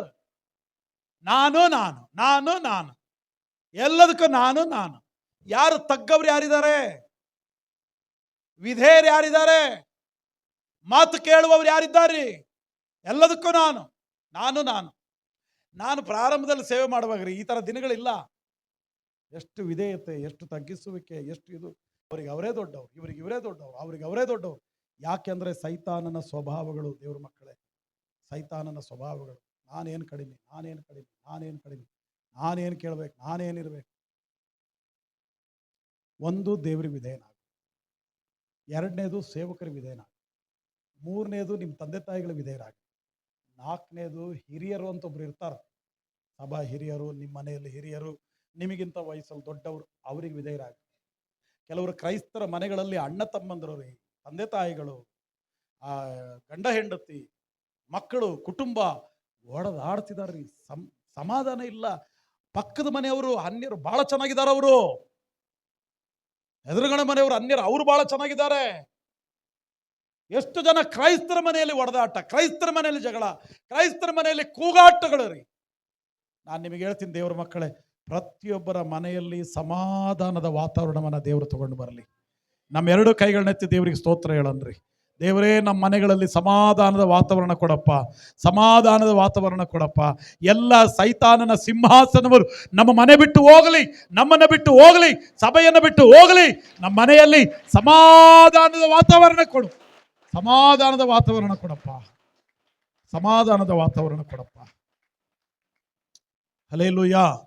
ಸೈತಾನನ ಸ್ವಭಾವಗಳು ನಮ್ಮನ್ನ ಆಳಬಾರದು, ನಮ್ಮ ಮಕ್ಕಳನ್ನ ಆಳಬಾರದು. ಮಕ್ಕಳನ್ನ ನಿಮಗೆ ಹೇಳ್ತೀನಿ, ಯಾವತ್ತು ಮನೆಗಳಲ್ಲಿ ನೀವು ಒಬ್ಬರಿಗೊಬ್ಬರು ಯಾವತ್ತು ಜಗಳ ಮಾಡಬಾರ್ದು. ಅಣ್ಣ ತಮ್ಮಂದಿರಿರಲಿ, ಅಕ್ಕ ತಂಗಿಯರಿರಲಿ, ಅರ್ಥ ಆಯ್ತಾ? ಯಾವತ್ತು ಜಗಳ ಮಾಡಬಾರ್ದು. ಯಾಕಂದ್ರೆ ವಾಕ್ಯ ಕೇಳಿ ಬೆಳೀತಾ ಇರೋರು ನಾವು. ಅಪ್ಪ ಅಮ್ಮನಿಗೆ ಯಾವತ್ತು ವಿರುದ್ಧವಾಗಿ ಮಾತಾಡಬಾರ್ದು. ಯಾಕಂದ್ರೆ ಬೈಬಲ್ ಓದೋರು ನಾವು, ವಾಕ್ಯ ಓದೋರು, ಧ್ಯಾನ ಮಾಡೋರು. ಅಪ್ಪ ಅಮ್ಮನಿಗೆ ಯಾವತ್ತು ಕೂಡ ಎದುರು ಮಾತಾಡಬಾರ್ದು, ಒಂದು ದಿವಸಕ್ಕೆ ಕೂಡ. ನಾನು ನಿಮ್ಗೆ ಹೇಳ, ಆ ಥರ ಈ ಮಕ್ಕಳು ಮಾಡಿದ್ರೆ ನಾನು ನಿಮಗೆ ಹೇಳ್ತೀನಿ, ಆ ಮಕ್ಕಳ ಭವಿಷ್ಯತ್ ಹೆಂಗೆ ರೂಪುಗೊಳ್ಳುತ್ತೆ ನೋಡ್ರಿ. ನಾನು ಸವಾಲು ಮಾಡ್ತೀನಿ, ಸವಾಲು ಮಾಡ್ತೀನಿ. ನಿನಗೆ ನೋವಾಯ್ತಾ, ನಿನಗೆ ಸಂಕಟ ಆಯ್ತಾ? ತಮ್ಮನಿಂದನೋ, ತಂಗಿಯಿಂದನೋ, ಅಣ್ಣನಿಂದನೋ, ಅಪ್ಪನಿಂದನೋ, ತಮ್ಮನಿಂದನೋ, ಯಾರಿಂದ ಸಂಕಟ ಆಯ್ತಾ? ಬಾ, ದೇವ್ರ ಹತ್ರ. ದೇವ್ರ ಸನ್ನಿಧಾನ ಇದೆಯಲ್ಲ, ಎಲ್ಲವನ್ನ ಸಮಾಧಾನ ಪಡಿಸುವಂತ ಸ್ಥಳ ಅದು. ವಾದ ಮಾಡೋದಕ್ಕಿಂತ ಜಾಸ್ತಿ ದೇವ್ರ ಸನ್ನಿಧಾನದಲ್ಲಿ ಕಳಿಬೇಕು. ಏನ್ ಹೇಳ್ರಿ? ಸ್ವಲ್ಪ ಜೋರಾಗಿ ಹೇಳ್ರಿ. ವಾದ ಮಾಡೋದಕ್ಕಿಂತ ಜಾಸ್ತಿ ಎಲ್ಲಿ ಕಳಿಬೇಕು? ದೇವರ ಸನ್ನಿಧಾನದಲ್ಲಿ ಕಳಿಬೇಕು. ದೇವ್ರ ಹತ್ರ ಮೊಣಕಾಲೂರಿ, ಅಪ್ಪ ನೀನ್ ನನಗೆ ಸಹಾಯ ಮಾಡು, ನೀನ್ ನನಗೆ ನಡೆಸು. ಸಮಾಧಾನಕ್ಕಾಗಿ ದೇವ್ರ ಹತ್ರ ಕೇಳಿದ್ರೆ ದೇವ್ರು ಕೊಡ್ತಾನ್ರಿ. ಆದ್ರೆ ನಾವು ಕ್ರೈಸ್ತರು ಮಾಡೋ ಕೆಲಸ ಏನು? ವಾದಕ್ಕೆ ಸಮಯ ಕೊಡ್ತೀವಿ, ವಿವಾದಗಳಿಗೆ ಸಮಯ ಕೊಡ್ತೀವಿ. ಹಿಂಗ್ಯಾಕೆ, ಹಂಗ್ಯಾಕೆ, ಅದ್ಯಾಕೆ, ಇದ್ಯಾಕೆ ಅಂತ ವಾದ ವಿವಾದಗಳನ್ನ ಮಾಡ್ತೀವಿ. ಬಹಳ ಜನ ಕ್ರೈಸ್ತ ಕುಟುಂಬಗಳಲ್ಲಿ ಹೋಗುವಾಗ ಈ ತರದ ಅನೇಕ ವಿಚಾರಗಳನ್ನ ಕೇಳ್ತೀವಿ. ದೇವ್ರ ಮಕ್ಕಳೇ, ಮತ್ತು ನಾನು ಹೇಳ್ತೀನಿ, ನಿನ್ನ ಸಮಾಧಾನಕ್ಕಾಗಿ ನೀನು ಹೋಗ್ಬೇಕಾಗಿದ್ದ ಜಾಗ ವಾದದ ಸ್ಥಳ ಅಲ್ಲ. ನೀನು ದೇವರ ಸನ್ನಿಧಾನಕ್ಕೆ ಹೋಗ್ಬೇಕಪ್ಪ, ನೀನು ಸಹಾಯ ಮಾಡಪ್ಪ, ನೀನು ನಡೆಸಪ್ಪ. ಹಲ್ಲೆಲೂಯಾ. ಏನೇ ಬರಲಿ, ಗಂಡ ಹೆಂಡತಿ ಮಧ್ಯದಲ್ಲಿ ವಾದ ಬರಲಿ, ಮಕ್ಕಳ ಮಧ್ಯದಲ್ಲಿ ವಾದ ಬರಲಿ, ನಿಮ್ಮ ಜೀವನದಲ್ಲಿ ವಾದ ವಿವಾದಗಳು ಬರಲಿ, ಜಗಳ ಬರಲಿ, ಎಲ್ಲಿ ಹೋಗು? ದೇವ್ರ ಹತ್ರ ಬಾ, ದೇವ್ರ ಹತ್ರ ಬಾ. ಅಯ್ಯೋ ನನಗೆ ಗಂಡ ಹೊಡೆದ ಅಂತೇಳಿ ಹೋಗಿ ನೇಣಾಕವ್ರು ಎಷ್ಟೋ ಜನರಿದ್ದಾರೆ. ಅವನ್ರಿ, ಮನೇಲಿ ಸಮಾಧಾನ ಇಲ್ಲ ಅಂತ ಸಾಯಕ್ಕೆ ಹೋಗೋರು ಎಷ್ಟೋ ಜನರಿದ್ದಾರೆ. ದೇವ್ರ ಮಕ್ಕಳೇ, ನಿನ್ನನ್ನು ಸಾಯಕ್ಕಾಗಿ ಕರೆದಿಲ್ಲ, ದೇವರು ನಿರೀಕ್ಷೆಗಾಗಿ ನಿನ್ನನ್ನು ಕರೆದಿದ್ದಾರೆ. ಹಲ್ಲೆಲೂಯ. ನಿರೀಕ್ಷೆಗಾಗಿ ದೇವರು ಕರೆದಿದ್ದಾರೆ. ಬಾ ದೇವ್ರ ಹತ್ರ, ಓಡ್ಬಾ ದೇವ್ರ ಹತ್ರ. ದೇವರು ನೋಡ್ರಿ, ಪರೀಕ್ಷೆಯಲ್ಲಿ ಇಡ್ತಾನೋ, ಸಮಾಧಾನದಲ್ಲಿ ಇಡ್ತಾನೋ, ಇಲ್ಲ ಈ ಕಷ್ಟ ಇದೆ ಇನ್ನೊಂದು ಹಂತ ಕಷ್ಟ ಕೊಡ್ತಾನೋ, ದೇವ್ರಿಗೆ ಬಿಟ್ಟಿದ್ದು. ದೇವ್ರ ಹತ್ರ ಬಾ ನೀನು ಮೊದಲು. ಆದರೆ ಒಂದು ನಾನು ನಂಬ್ತೀನಿ, ನಿನ್ನ ಜೀವಿತವನ್ನು ಬದಲಾಯಿಸುವಂತ ಅದ್ಭುತ ದೇವ್ರ ಹತ್ರ ಇದೆ. ಹಲ್ಲೆಲೂಯ. ಅದ್ಭುತವಾಗಿ ದೇವರು ಬದಲಾಯಿಸ್ತಾನೆ. ಸೈತಾನನ ಸಿಂಹಾಸನ ನಮ್ಮ ಮನೆ ಬಿಟ್ಟು ಹೋಗಲಿ, ನಮ್ಮನ್ನು ಬಿಟ್ಟು ಹೋಗಲಿ, ಮಕ್ಕಳನ್ನ ಬಿಟ್ಟು ಹೋಗಲಿ, ನಮ್ಮ ಸಭೆಯನ್ನು ಬಿಟ್ಟು ಹೋಗಲಿ, ಕ್ರೈಸ್ತ ಲೋಕವನ್ನು ಬಿಟ್ಟು ಹೋಗಲಿ, ಅದು ಕ್ರೈಸ್ತ ಸಮಾಜವನ್ನು ಬಿಟ್ಟು ಹೋಗಲಿ. ದುರಾತ್ಮನ ಅಂಧಕಾರದ ಶಕ್ತಿಗಳು, ಸೈತಾನನ ಎಲ್ಲ ಕಾರ್ಯಗಳು, ಸೈತಾನನ ಸಿಂಹಾಸನ ಬಿದ್ದು ಹೋಗಲಿ ಯೇಸುವಿನ ನಾಮದಲ್ಲಿ. ಹಲ್ಲೆಲೂಯ. ಅದಕ್ಕೆ ಮೂರನೇ ಕಾರ್ಯ ನಾನೇನು ಹೇಳ್ತೀನಿ, ಕರ್ತನ ಭೋಜನದಲ್ಲಿ ಪಾಲುದಾರರಾಗುವಾಗ ನಾವೇನಾಗಬಾರ್ದು, ಸೈತಾನನ ಸ್ವಭಾವ ಉಳ್ಳವರಾಗಬಾರ್ದು. ನಾನು, ನಂದು, ಗರ್ವ, ಅಹಂಕಾರ ಆಗಬಾರ್ದು.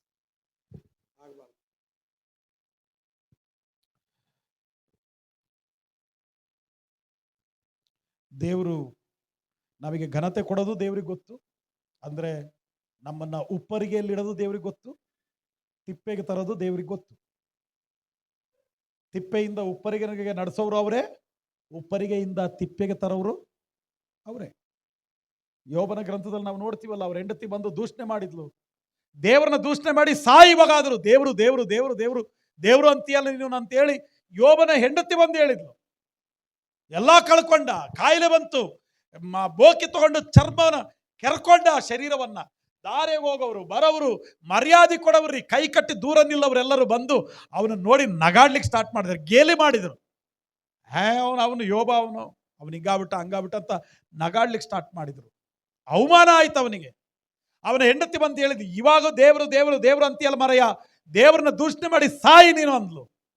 ಇನ್ನ ಹೆಂಡತಿ ಹಂಗೆ ಹೇಳಿದ ಮೇಲೆ ಗಂಡ ಎಲ್ಲಿಗೆ ಹೋಗ್ತಾನ್ರಿ?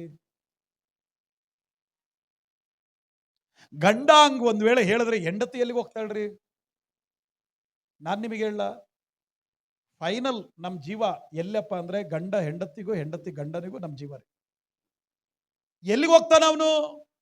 ಅದಕ್ಕೆ ಅವನು ಹೇಳಿದ ಬೆಸ್ಟ್ ಸ್ಟೇಟ್ಮೆಂಟ್ ಏನು ಗೊತ್ತಾ? ಯೋಬ ಹೇಳಿದ ಬೆಸ್ಟ್ ಸ್ಟೇಟ್ಮೆಂಟ್, ದೇವರು ಕೊಟ್ಟಾಗ ಸ್ತೋತ್ರ ಹೇಳಿದೆಯಲ್ಲ, ದೇವರು ತಗೊಂಡಾಗಲೂ ದೇವರಿಗೆ ಸ್ತೋತ್ರ, ದೇವರೇ ಕೊಟ್ಟವನು ದೇವರೇ ತೆಗೆದುಕೊಂಡವನು, ದೇವರಿಗೆ ಸ್ತೋತ್ರ ಅಂತ ಹೇಳ್ದಾರಿ. ಹಲ್ಲೆಲೂಯ. ಅಂದ್ರೆ ಆ ವಾಕ್ಯದ ಅರ್ಥ ನಮಗೆ ಏನಾಗುತ್ತೆ? ಕೊಡವರು ಅವರೇ, ತೆಗೆಯವರು ಅವರೇ. ಕೊಟ್ಟರು ಸ್ತೋತ್ರ, ತೆಗೆದ್ರು ಸ್ತೋತ್ರ. ಕೊಟ್ಟಾಗ ಅಹಂಕಾರ ಬೇಡ, ತೆಗೆದಾಗ ಕಂಪ್ಲೇಂಟ್ ಬೇಡ. ಅರ್ಥ ಆಗಿದೆಯಾ? ನಮ್ಮನ್ನ ಪೂರ್ತಿಯಾಗಿ ದೇವರಿಗೆ ಒಪ್ಪಿಸಿ. ಇದೇ ಸೈತಾನನ ಸ್ವಭಾವಗಳು. ಈ ಸೈತಾನನ ಸ್ವಭಾವಗಳನ್ನ ತೆಗೆದು ಹಾಕಿ, ಅಪ್ಪ ನಾನು ಕರ್ತನ ಭೋಜನದಲ್ಲಿ ಪಾಲುದಾರನಾಗ್ಲಿಕ್ಕಾಗಿ ಬಂದಿದ್ದೀನಿ, 2 ಥರದ ಜೀವಿತ ಜೀವಿಸಲ್ಲಪ್ಪ. ಇಷ್ಟು ದಿನ ಒಂದು ವೇಳೆ ನಾನು ಜೀವಿಸಿದ್ರೆ ದಯಮಾಡಿ ನನ್ನನ್ನು ಕ್ಷಮಿಸಪ್ಪ. 2ನೇ ಮಾತು, ನಾನು ಕರ್ತನ ಭೋಜನದಲ್ಲಿ ಪಾಲುದಾರನಾಗ್ಲಿಕ್ಕಾಗಿ ಬಂದಿದ್ದೀನಿ, ಭೂ ಸಂಬಂಧವಾಗಿ ನಾನು ಬದುಕಲ್ಲಪ್ಪ. ಭೂಮಿಯ ಆಕರ್ಷಣೆಗಳು, ಭೂಮಿಯ ಆಸೆ ಆಕಾಂಕ್ಷೆಗಳು ನನಗೆ ಬೇಡ ಸ್ವಾಮಿ. ನನ್ನ ಮನೆ, ನನ್ನ ಕುಟುಂಬ, ನನ್ನ ಜೀವನ ನನಗೆ ಸಾಕಪ್ಪ. ಕೆಟ್ಟ ಸ್ವಭಾವಗಳಲ್ಲಿ ನಾನು ಬದುಕಲ್ಲ. ಹಂಗೊಂದು ವೇಳೆ ಈ ವಿಷಯದಲ್ಲಿ ನಾನು ತಪ್ಪು ಮಾಡಿದರೆ ದಯವಿಟ್ಟು ನನ್ನನ್ನು ಕ್ಷಮಿಸಪ್ಪ. 3ನೇ ಮಾತು, ಇದನ್ನು ಕರ್ತನ ಭೋಜನದಲ್ಲಿ ಪಾಲುದಾರನಾಗಲಿಕ್ಕಾಗಿ ಬಂದಿದ್ದೀನಿ ಸ್ವಾಮಿ. ಸೈತಾನನ ಸ್ವಭಾವಗಳು, ಸೈತಾನನ ಸಿಂಹಾಸನ ಇನ್ನೂ ನನ್ನಲ್ಲಿದ್ದರೆ ದಯವಿಟ್ಟು ತೆಗೆದಾಕಪ್ಪ. ನಾನು ನಿನ್ನ ಪಾದದಲ್ಲಿ ಬರಬೇಕು, ನಿನ್ನ ಸಿಂಹಾಸನ ನನ್ನ ಹೃದಯದಲ್ಲಿ ಇರಬೇಕು, ದಯವಿಟ್ಟು ನೀನು ಸಹಾಯ ಮಾಡಪ್ಪ ಅಂತ ನಮ್ಮನ್ನು ದೇವರ ಕೈಗೆ ಒಪ್ಪಿಸಿ ನಾವು ಪ್ರಾರ್ಥನೆ ಮಾಡೋಣ.